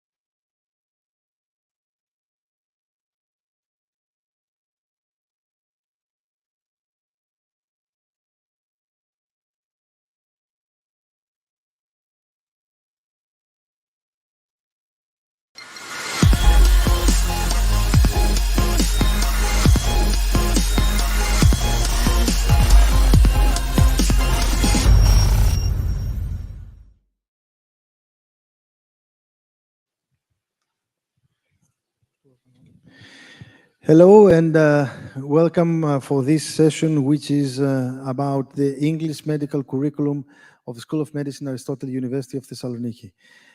It's a great pleasure and an honor for me as the head of the school that we have a panel with eminent personalities and people that have supported from the first beginning this curriculum, and also people that, with the position that they hold, I believe they will be lifelong ambassadors of our School of Medicine and partners to what is happening here in Thessaloniki, and hopefully it will expand to the whole country. So just to introduce the members of the panel, I'm honored that I have with me the Secretary General of Higher Education of the Ministry of Education and Religious Affairs, Mr. Dimitropoulos, and we have speakers, Professor Foroglu, who is a professor of neurosurgery, and he's coordinating the international studies of our school. And the two ambassadors that are complementing is the ambassador of British Embassy, Matthew Lodge, and the ambassador of Embassy of the People's Republic of China, Xia Zhunseng. And the panel is comprised also with the Vice Dean, Renaissance School of Medicine, Stony Brook University, USA, Professor Styliani Anatsirka, and the representative of Archdiocese of America, Professor, Georgios Tilemachos Stamkopoulos, Father Stamkopoulos. So with this composition, what we are about to present to you is our foreign curriculum and how this functions, not just in our school, but in the country, and how this could be supported, or what initiatives should we do towards disseminating the message of offering high-quality higher education from this country around the world. I have just an introductory video before we start the session, and I give the podium to Mr. Dimitropoulos, the Secretary General. So can we have the video, please?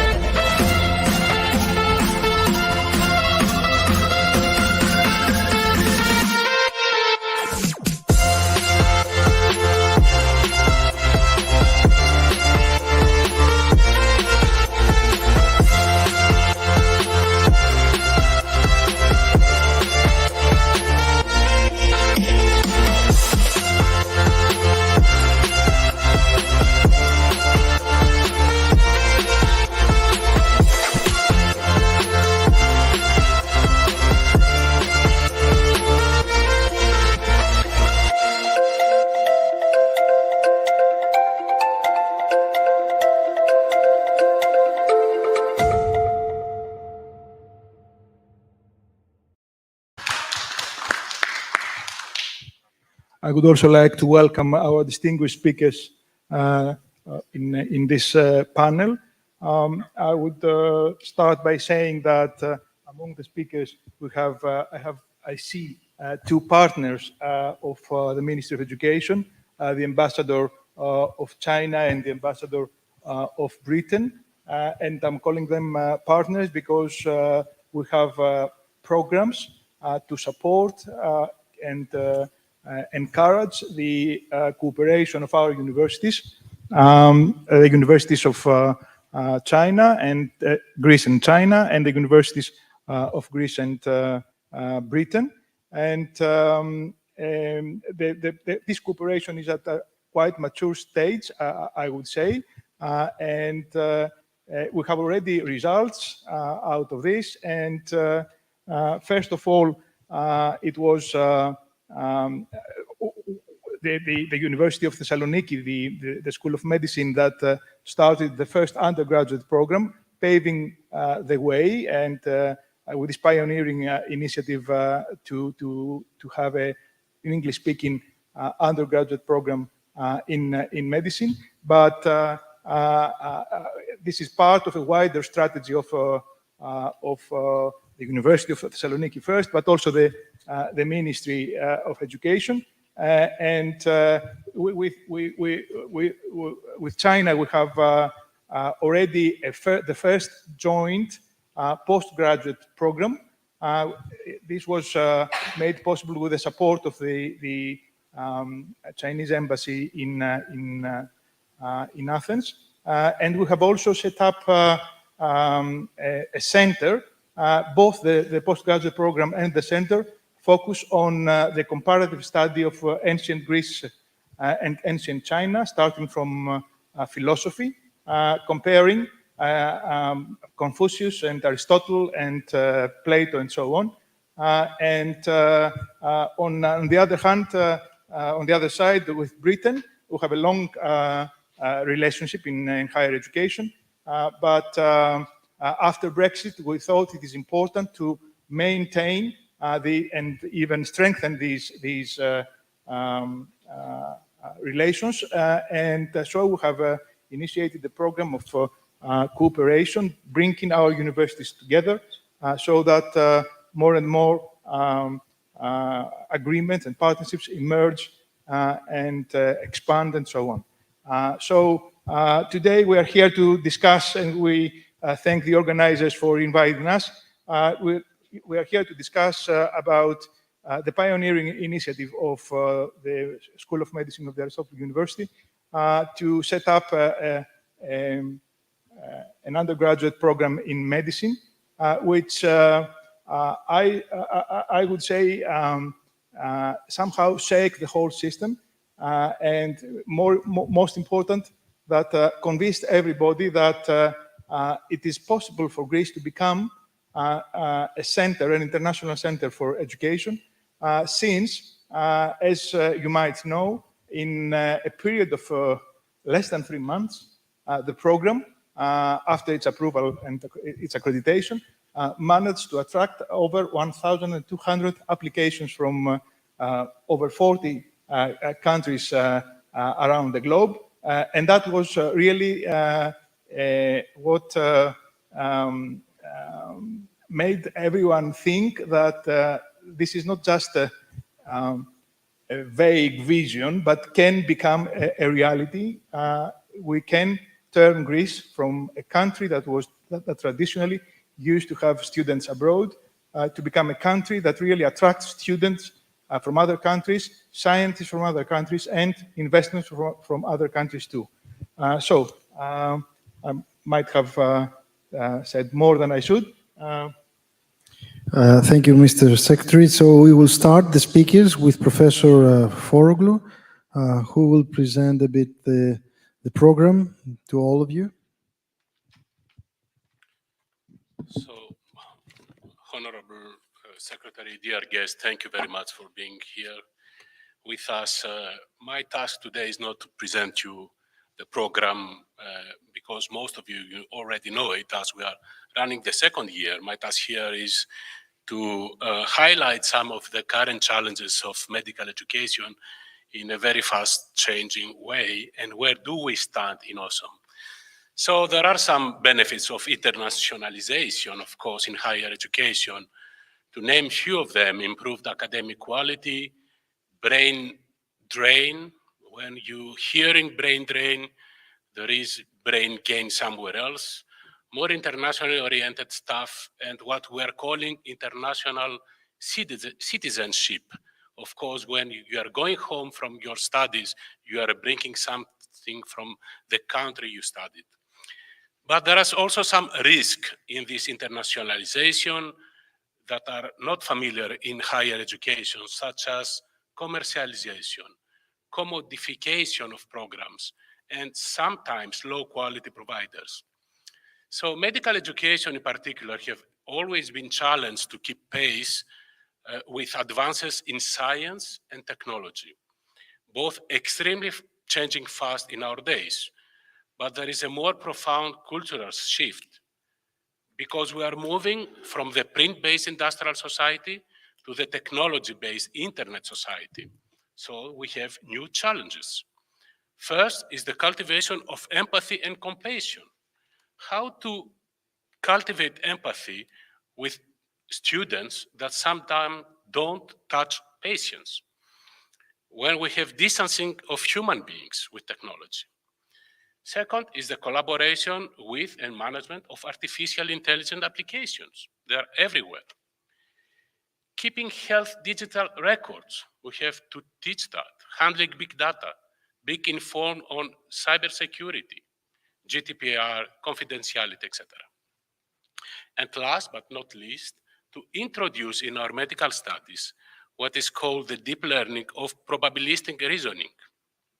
In a recent study, 80% of physicians, when they have been asked how about the outcome of a multi-step medical procedure, meaning diagnostic and then surgery, they failed in finding the probable outcome. So this is something we have to introduce. Of course, pandemic has changed us a lot. We have less clinical education. The quality of teaching has changed. We moved from small groups in the wards to online breakout rooms. Faculty is resisting to education changing as always. There is a lack of compulsory and continuous faculty development. And finally, we are bringing wrong models when we want to do everything, being administration, clinician, teachers, researchers, and trying to keep that on the higher level. Finally, although we all understand the meaning and the power of collaboration in clinical practice, in research, in teaching, we continue to assess people individually. So something that we have to change also. So in 2020, facing all these challenges, in Aristotle University School of Medicine, also, we founded the first undergraduate medical curriculum for foreign students, taught completely in English, based on our motto, precision and empathy, reflecting our philosophy, how to teach medicine. Precision includes technology, personalized medicine, evidence-based medicine, and transparency. Empathy includes human contact. The effort was supported by a long tradition of awesome to graduate good doctors, and you know that by yourself. A very active faculty staff that embraced the effort, and a political action arriving at the right time. In few weeks, we are starting the second year. We have more than 500 candidates that have competed for 120 places. There are only 60 places per year. From China to United States, from America to Australia. All countries from Europe, Africa, India, Jordan, they are coming from everywhere. We preserve our medical tradition and we keep our antennas raised and adapt to all current changes in medical education, driven only by our passion, to observe our graduates pursuing fantastic careers globally. Thank you very much.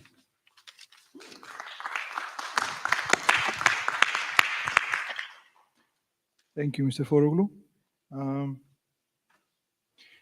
Your Excellency, the Ambassador of Britain to Greece, we are invited today here at this important event organized by the Aristotle University to reflect and see how we can support and expand the undergraduate program in English of the School of Medicine and try to explore ways of doing that. How would you see that happening? Yeah, you can.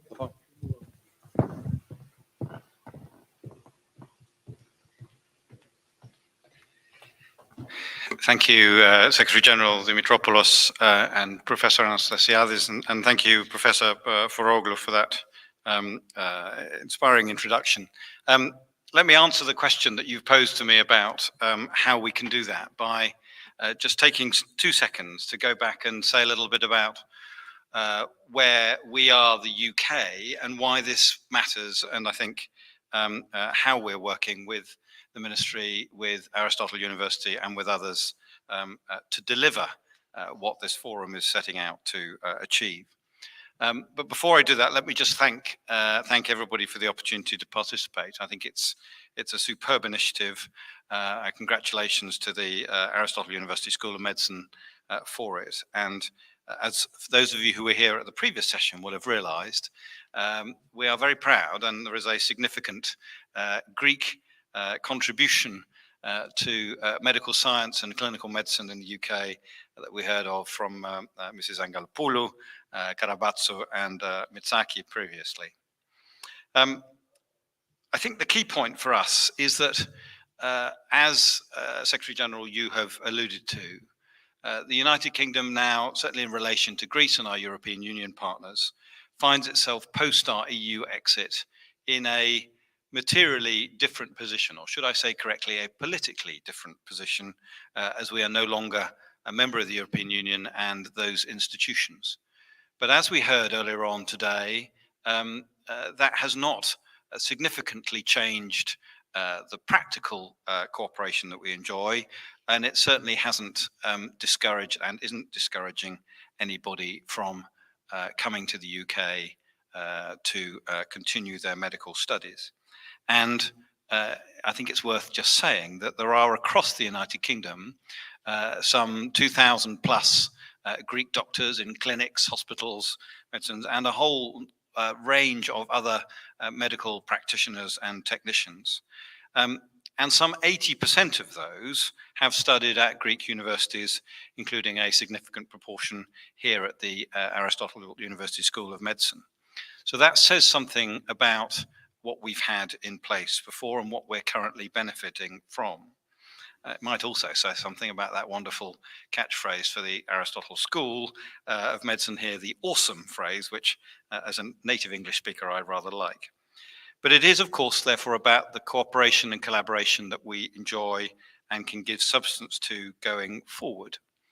And I stand in front of you today as a British diplomat, as the ambassador, but actually what I want to emphasize is the work that we're doing with the Ministry of Education, with the British Council, and with universities and academic institutions across Greece and the United Kingdom to strengthen that partnership, conscious that it is in both directions. And I think this is a really important point to make. This is not simply about continuing the decades of many thousands of Greek students coming to UK institutions, studying happily, going on, coming back home, whatever. That is important, and we want to capture that. We certainly respect it and value it enormously. But it is also about the partnership going forward. What do I mean by that? Well, we're working closely with Secretary General Dimitropoulos and Minister Karameas and the team, and with a range of institutions. We have a strategic partnership that we launched just some 12, 14 months ago to mobilize interest across the university sector. So not just in medical studies, but certainly with that playing a prominent part. With some 25 universities here in Greece and some 40 universities in the United Kingdom. And the aim being that it facilitates contact, understanding, and networking through a program of engagement and thematic webinars. And also the creation of an information portal so that we can help those institutions come together in the sort of collaborations that we know work and play such a crucial role.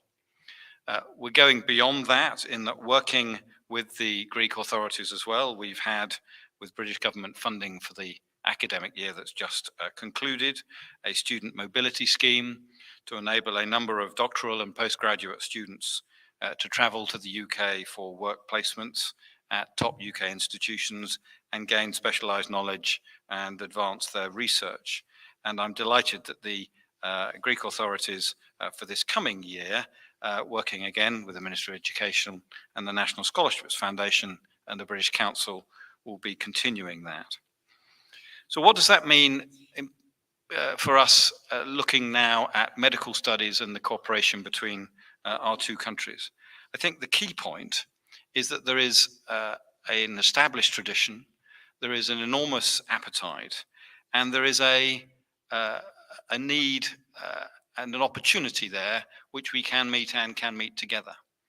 I think just reflecting as a diplomat, if I may, for a second, where we stand as we look at the pandemic and the impact that has had over my work and the work of international relations over the last 2.5 years, we have seen a focus on healthcare, on medical science, on medical international cooperation that certainly I don't remember previously. And that gives, I would argue, an increased relevance and impetus to the work of this forum and to what we're discussing here today. And it also, I think, reminds us as partners and friends, irrespective of the political institutions of which we are a part, it reminds us that so much more can be achieved when we work collectively and we draw on the talents and skills of our young people, our up-and-coming generations, be those Greek medical students or British ones, be they Greek consultants or British consultants, or indeed other nationalities as well, that self-evidently it makes sense to do this in partnership and collaboration. So we will continue to support this initiative wholeheartedly. I won't go further into detail, but I hope a number of you did hear what we heard from the Hellenic Diaspora Association of Doctors and Mrs. Angelapoulou earlier on. I think it's really encouraging. And I'd just like to say that for the Aristotle Medical Forum, and certainly for the British Embassy here in Greece, this is a top priority for us and one that we will be continuing to support over the months and years ahead. Thank you very much.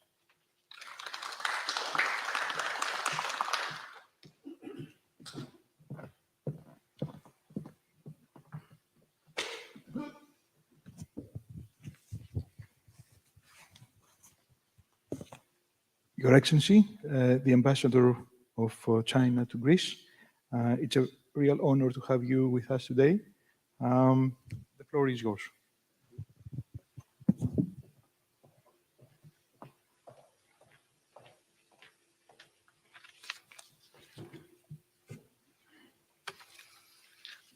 Honorable Secretary General, Mr. Dimitropoulos, Honorable Professor Anastasiadis, it's my great pleasure to attend the 2022 Aristotle Medical Forum, and I would like to extend my warm congratulations on the successful holding of this event.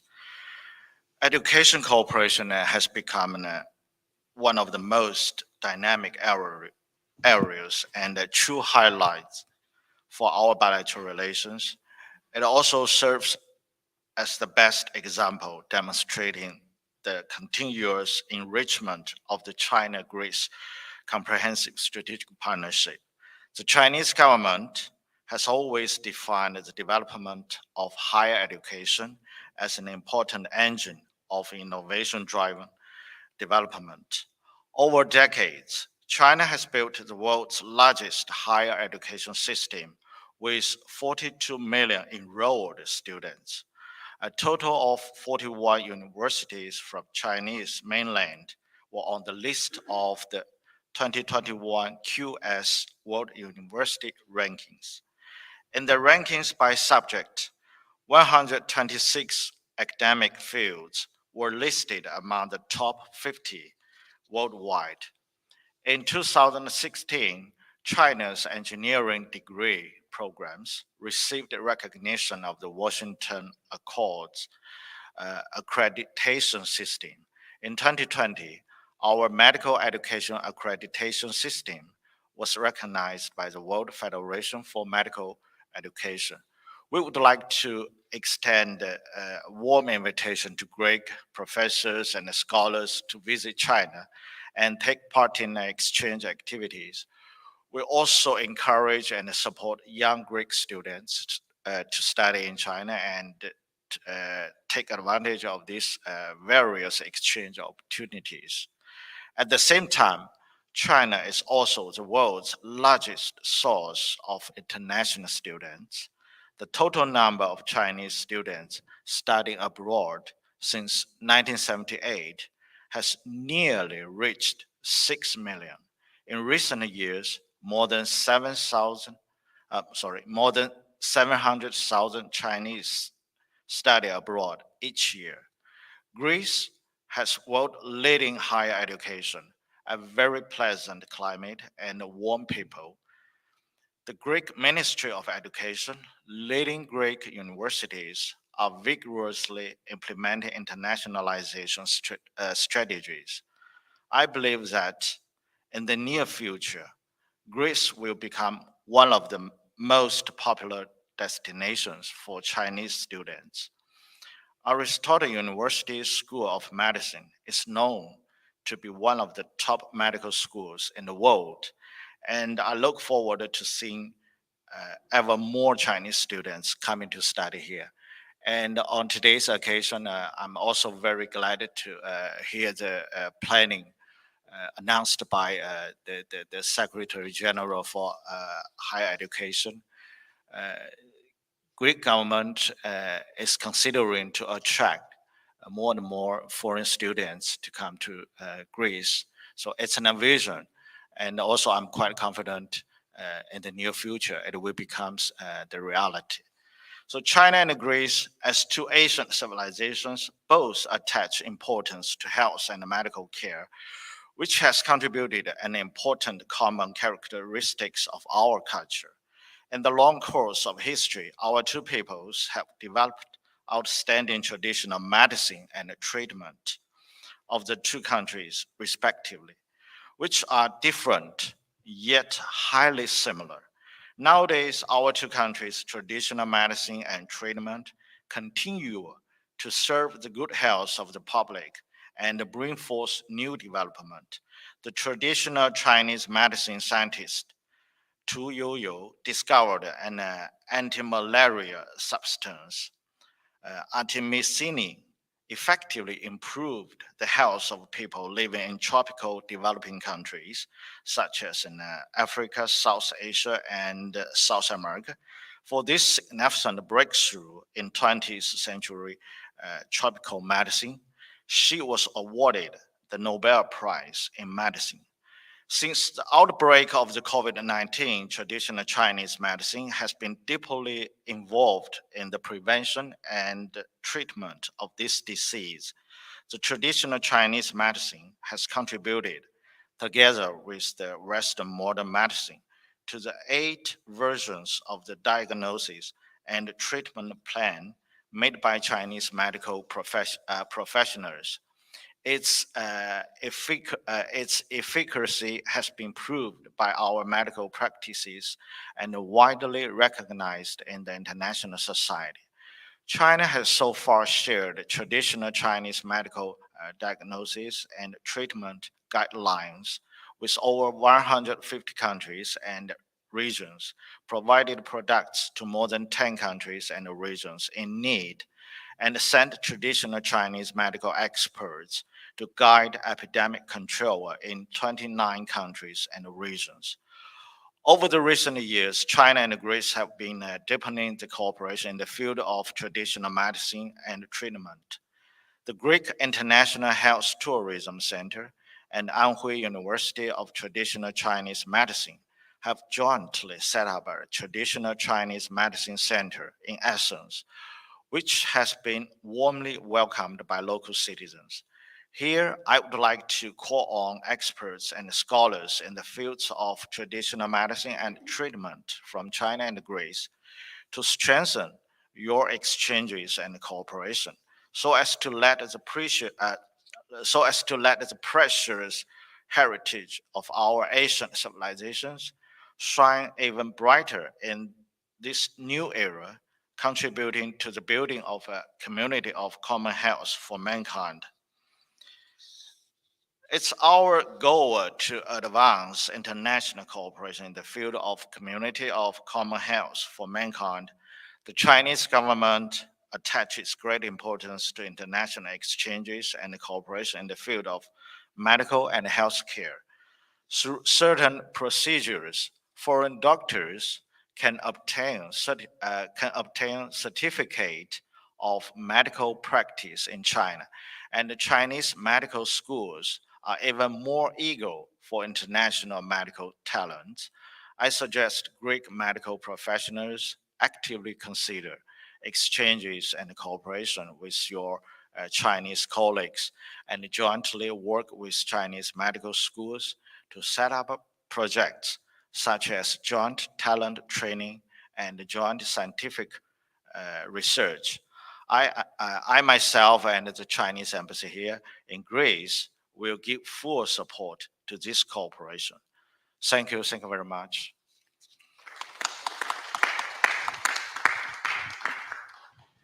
Thank you very much, Mr. Ambassador.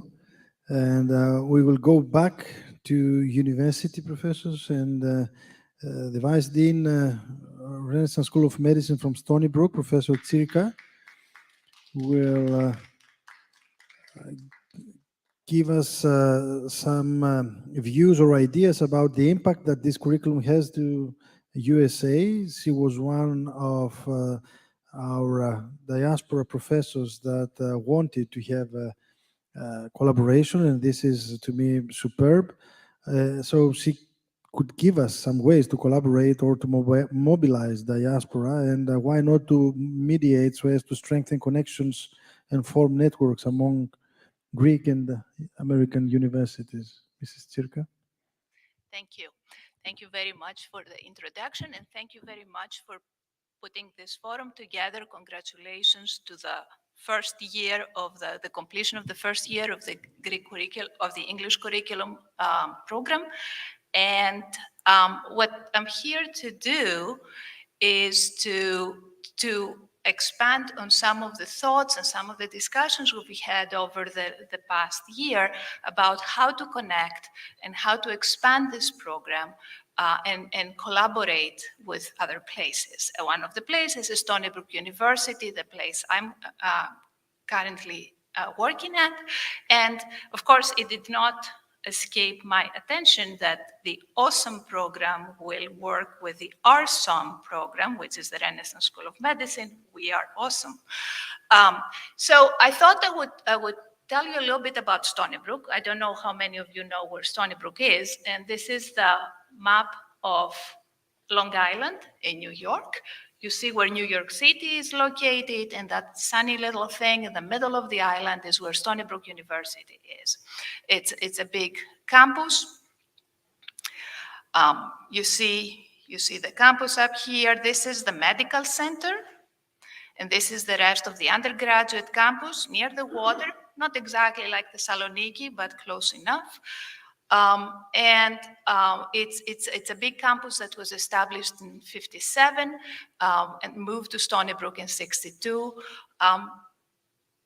It has a mission, the university, and specifically the School of Medicine, very similar to the mission that Dr. Foroglu talked about: comprehensive education, outstanding research, leadership, state-of-the-art technology, and connection with the community and promoting diversity.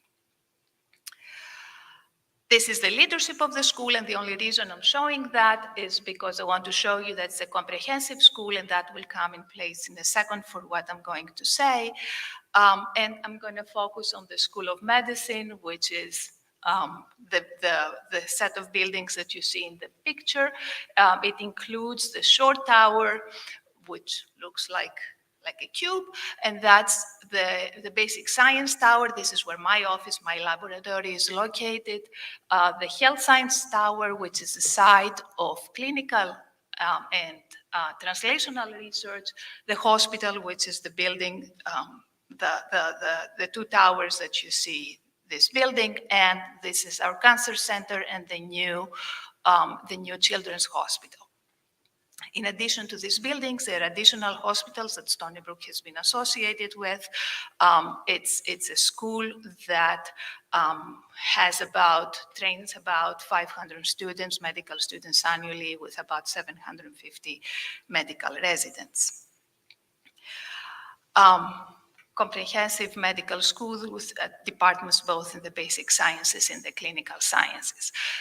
So, as I mentioned about a year ago, following an effort that we had started at Stony Brook for a while, trying to connect the university.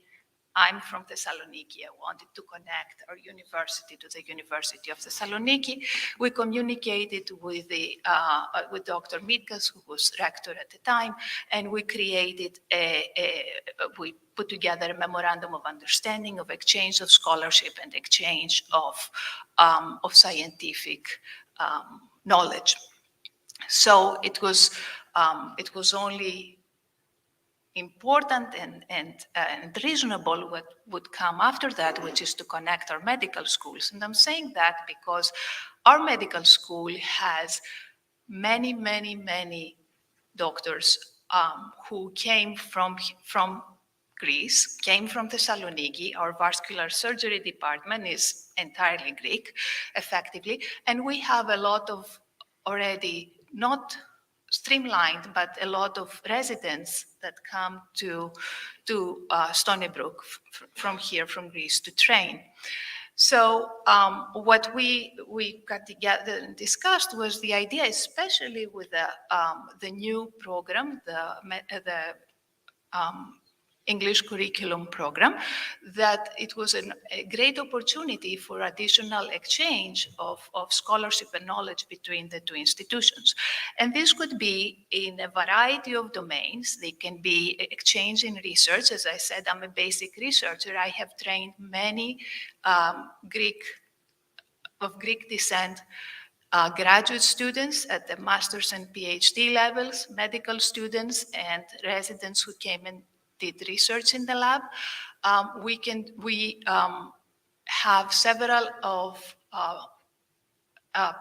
graduates of our medical school here who came to do research before they started their residency and then fellowship at the university.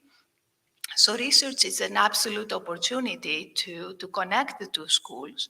An additional domain that we discussed, and that's something that I am involved in, is teaching of rigor and reproducibility in research, responsible conduct in research, as well as translational research and medical ethics.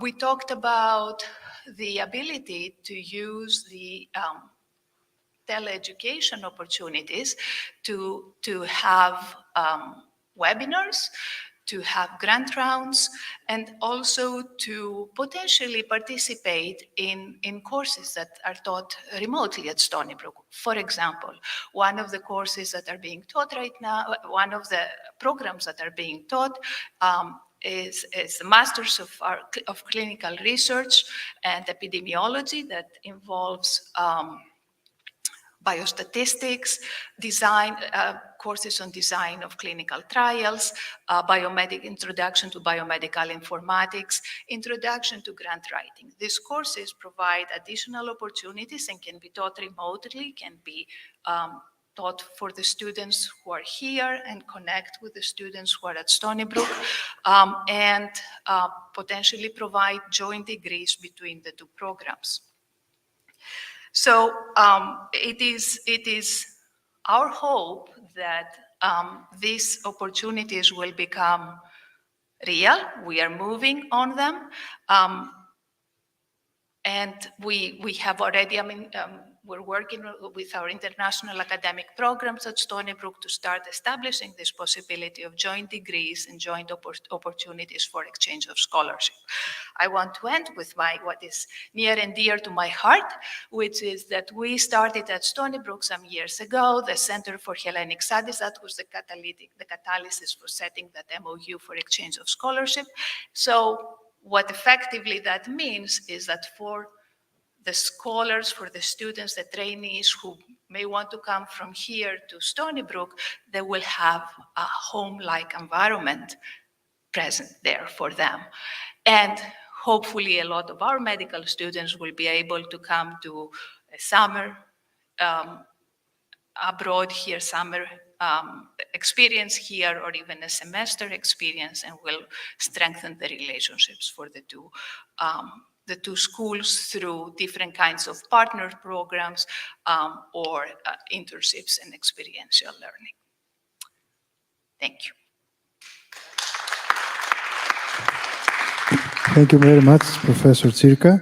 And we will finish the lectures with the important or key role that the church is playing abroad, especially in the United States. And it's with us, Father Gregory, who is actually representing the Archbishop Elpidoforos, who was one of our prime and first supporters and embraced the School of Medicine at Aristotle University with his warmness. And I believe that your ongoing support is very critical for us. Thank you. Father Thank Gregory. you, Professor Anastasiadis. It's a real pleasure for me to be part of your team, of your effort to attract young students from United States to this wonderful place of Thessaloniki. Last spring of 2021, I was in my office in the Archdiocese of America. I'm with the Greek Education Department, when an esteemed member and a great supporter of Greek letters and culture in the New York area, Mrs. Stella Kokolis, called me and invited me to a Zoom meeting with some professor from medical school at the Aristotle University of Thessaloniki, among with the other key persons of the Greek community in New York. You know, the everyday work, I was so busy during this period. But because this meeting was organized by an Aristotle University entity, I'm literally a child of that university, and even of this medical school, because I'm a PhD I have a PhD in this medical school. I said to myself, this is something I have to attend. In that meeting, Professor Anastasiadis and Professor Foroglu presented the English medical program. And I realized that those people created something very important, not only for the Greek educational system, but also for the Greek American youth and for promoting to the American society the culture and education of a Hippocratic ethos. I was astonished watching the president of medical school, Professor Anastasiadis, to present a curriculum so unique in the Greek higher educational system, the medical curriculum in English for students from outside of Greece. When you see this curriculum, as Professor Foroglu told, you realize that this is an opportunity for those who don't speak Greek to study at one of the most prestigious medical schools in Europe. Our medical school is a European institution with a high worldwide recognition rate following the Bologna Agreement for Higher Education. As it is well known, Bologna reform is a key to building the necessary trust for successful learning mobility, cross-border academic cooperation, and the mutual recognition of study periods and qualifications earned abroad. Enhancing the quality and relevance of learning and teaching is also a core mission of the Bologna process.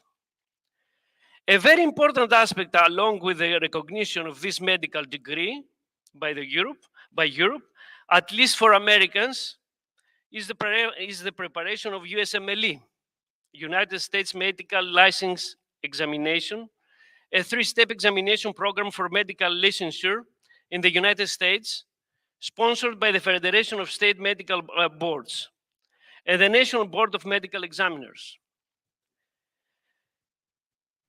That physicians with a medical degree and international medical graduates must pass after successful completion of medical training to receive their medical license and begin practicing medicine in the United States. I know many doctors in the United States who graduated from the Medical School of Aristotle University and had no problems passing USMLE. Of course, that time with the disadvantage of their studies being in Greek. So they had to make the translation.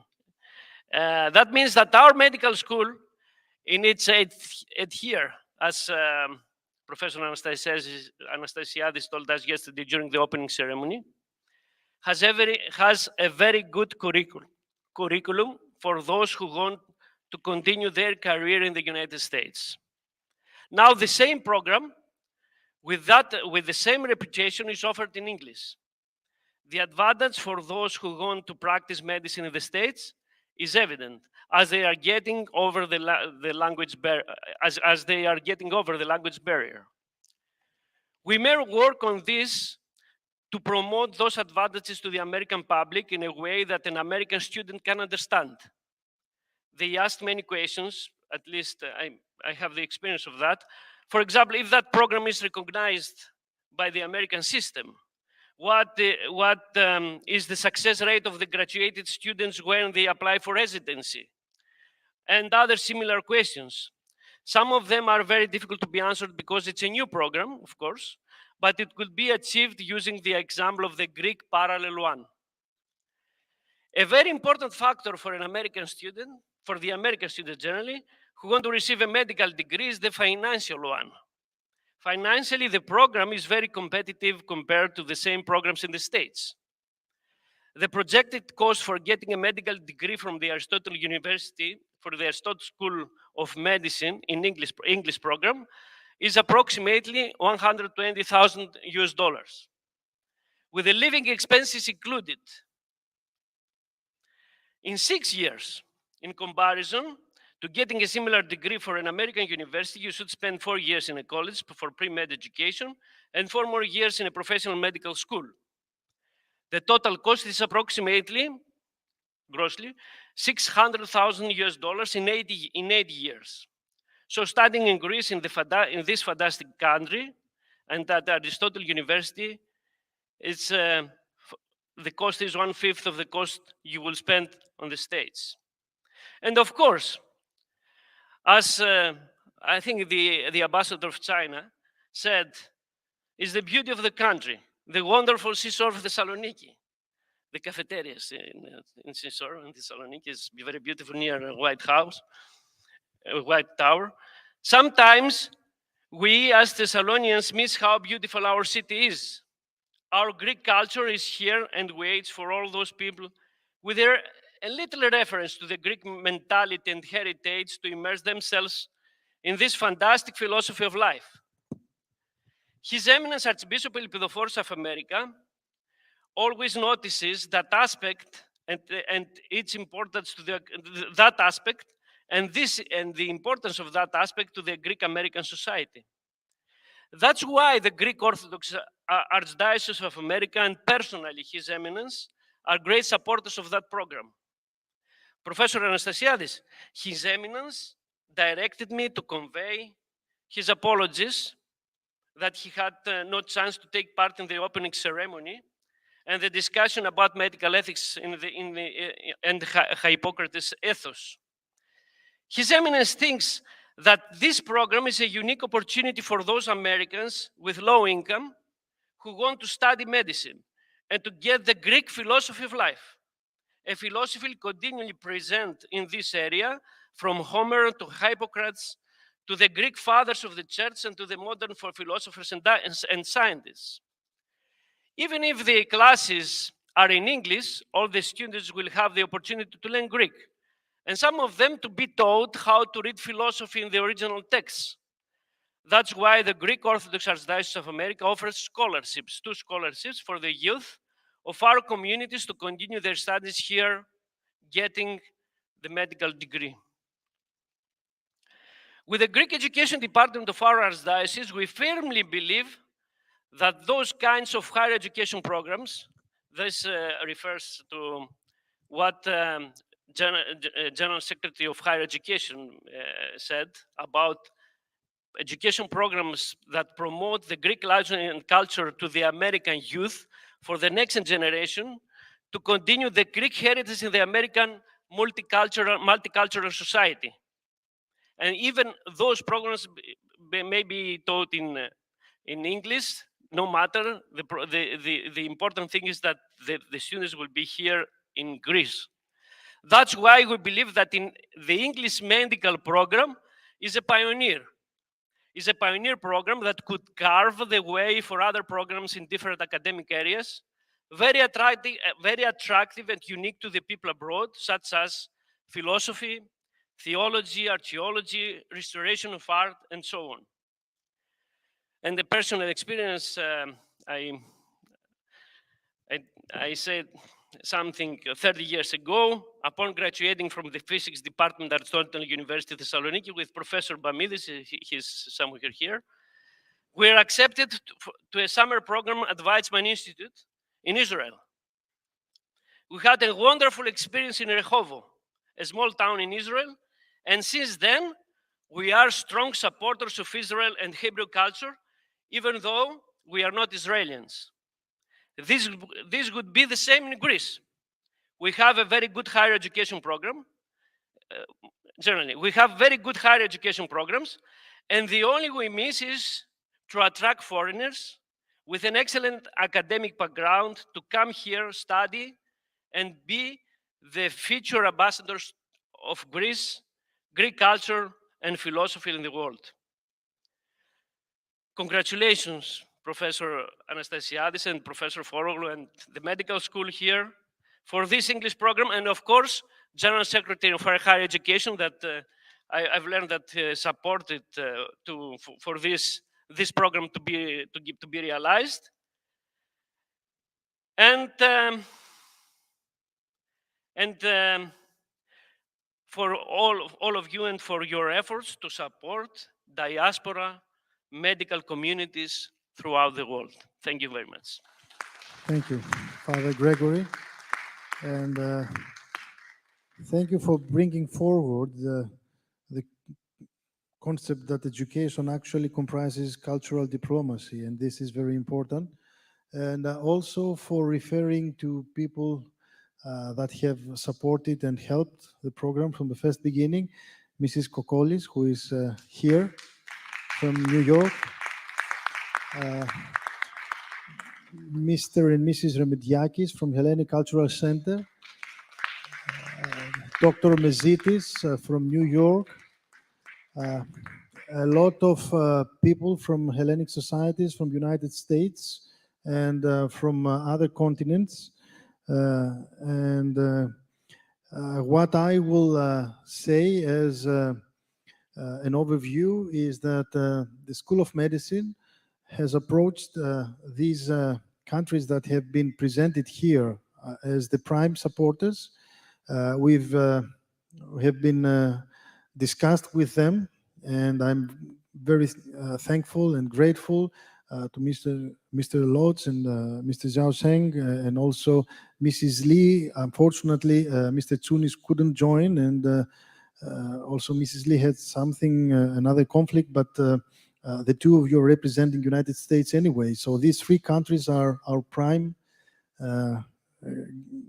countries to approach, and what we have made as a roadmap, the three countries and us, is to utilize the scientific potential of the countries to be actively employed to our curriculum, to use the embassies as portals for introducing the program to the high schools, to organize summer or winter schools and various initiatives, and to set up visits to the university, mutual visits from your universities and our School of Medicine, so as we will change a lot of views. So that was actually the roadmap that has been agreed, and I hope that we can afford to implement it.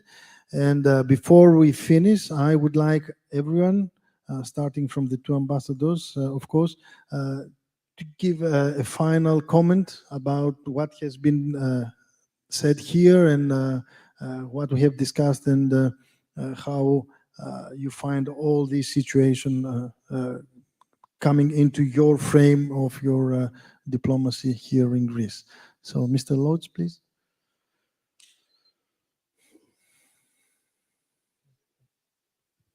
Is that right? Sorry, thank you, Professor. Just very briefly, and I'll, if I may, pick up on some of my remarks at the podium earlier on, but also your expression about contributing to cultural diplomacy.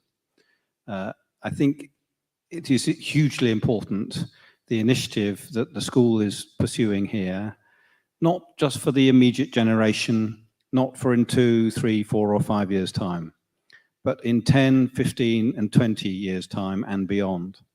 Because essentially, as medical students interchange with a school of the international reputation of Aristotle University School of Medicine, offering a course in English, bringing students here, you are leveraging, sorry to use that crude term, but you're leveraging Greece's soft power, you're leveraging the expertise and the reputation of this school to build relationships that will cross borders and boundaries for the coming generations. We've had a flavor of them already in the forum today. We've heard the Chinese, the United States, and the British example this afternoon. But it is something I believe in passionately as a diplomat, because at the end of the day, we may represent our countries, but we are also trying to promote global understanding and international cooperation. So I applaud this initiative and I wish you every success. Thank you. Thank you, Mr. Ambassador. So, Mr. Junsheng, please, any overview or message for us to take home?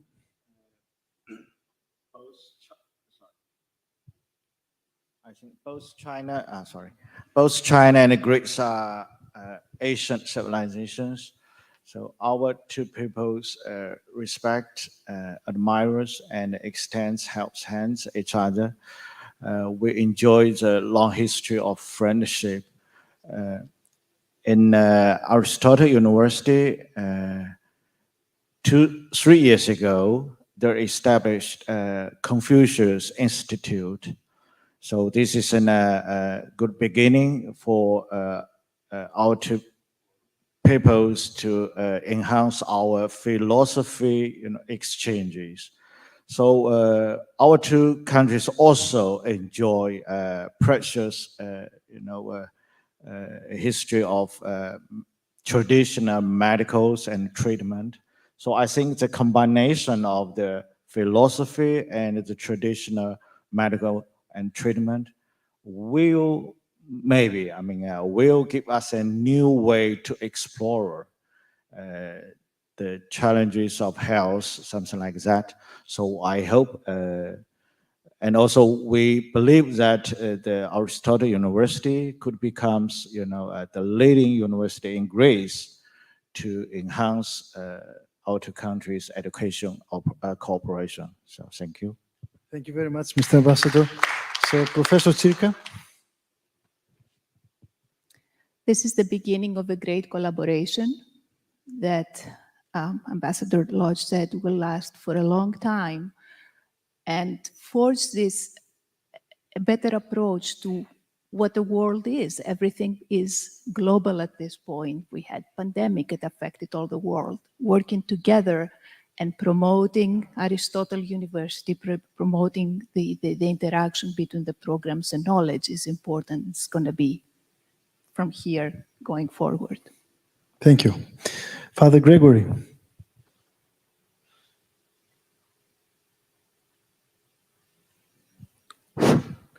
Yes. As I said before, we are the ambassadors of you in the United States, and we strongly believe that this kind of programs, General Secretary, is very vital for the Greek communities in the United States. As I know, the Greek communities in the United States is very vital because coming here, they get as much the Greek culture, the Greek language, the Greek education, and convey all of these values to the American society. Professor Circa knows how this works in the United States, and I think it's a great opportunity for the Greek education system here with all of you, and congratulations. Thank you, Professor Foroglu. My last word is only thank you to our ambassadors. Thank you to our faculty that they're working every day to keep this program on, and they do it with great enthusiasm, and they see the novelty, the importance for our school, and for everybody for supporting us from everywhere they are.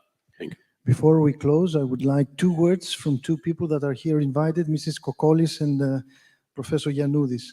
So would you circulate the mic to Mrs. Kokolis? 2 words, please, for us.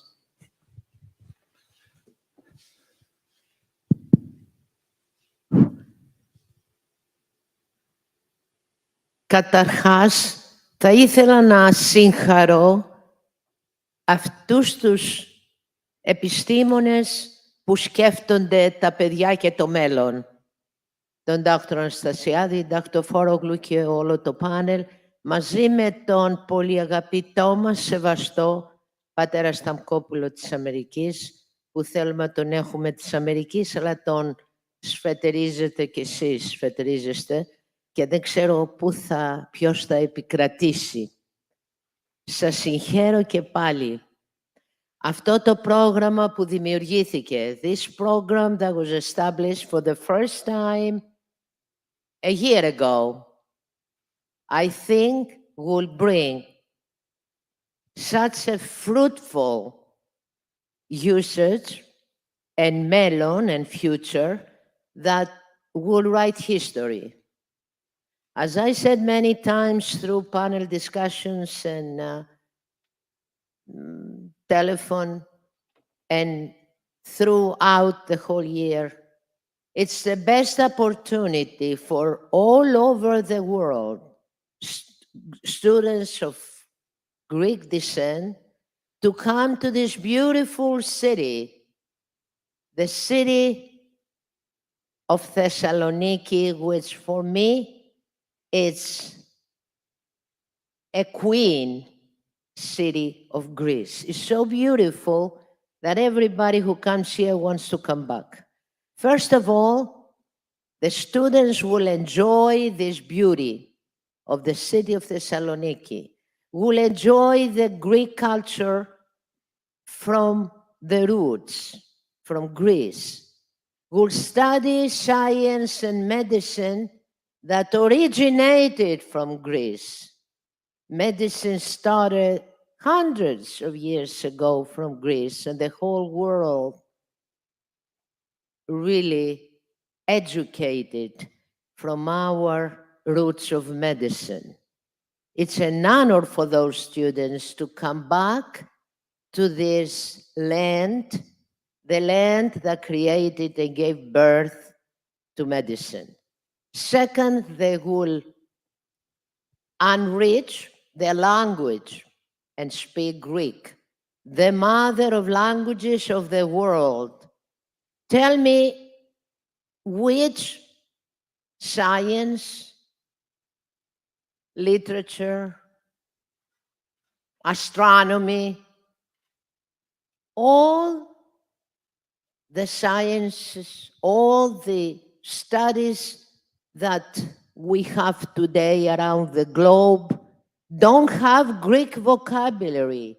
Tell me something that does not reach the Greek vocabulary. Astronomy today, the internet today, the technology, they use the Greek language.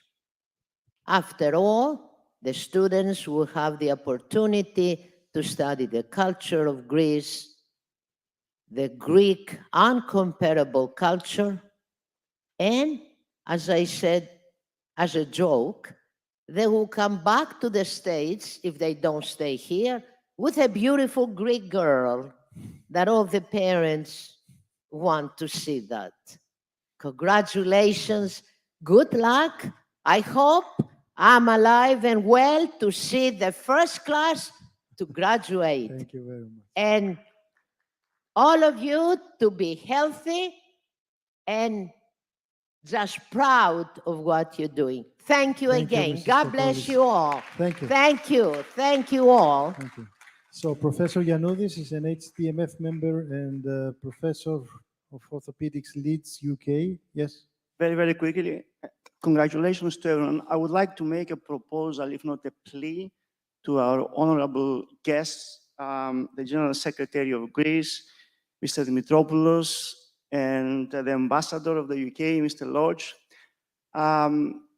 Through this forum, I think there is a great opportunity following on from the agreement that was signed between Greece and UK in October 2001 about a closer collaboration, whether an initiative could be initiated, at least discussed, between the two countries to put some money aside and through the MRC to generate some funds so that a research initiative can be advertised between British universities and Greek universities so that the scientists and all of us can work together for the sake of education, for the sake of innovation, development, and so on. It can start with a small amount, let's say 1 million. Each country will put £500,000, then there will be a call of proposals, and that will be only for UK and Greek scientists. I've been involved with the initiative between UK and Japan. I was one of the assessors of the grants, and I think it's a great opportunity to be considered, and possibly next year we are here, we can talk about this. Thank you. Thank you, Mr. Yiannoulis. So the Secretary General is, of Ministry of Education is about to close the session and give his comments. I will start by saying, in the very short time we have available, that, as I said in the beginning, we have a vision to turn Greece into a country, an international center, an international hub of education, attracting students, researchers, and investments from other countries. We have a new legal framework. We have financial instruments supporting the international activities of our universities. We have excellent universities. We have research production in Greek universities, which that is highly appreciated across the globe. We have a nice country, and we have partners like Britain in this effort, like China, like the United States, but most of all, we have a diaspora which can play and does already play a really important role in this. And we have the ministries of other countries and organizations like the British Council or the IIE of the United States, or CEIAE, if I said that correct, in China, but also support all these initiatives. I will then close by saying that, is there anybody that doubts that we can succeed in our vision and really turn Greece into an international hub of education? I don't. Thank you. Thank you all. Thank you very much. Thank you, Mr. Ambassador.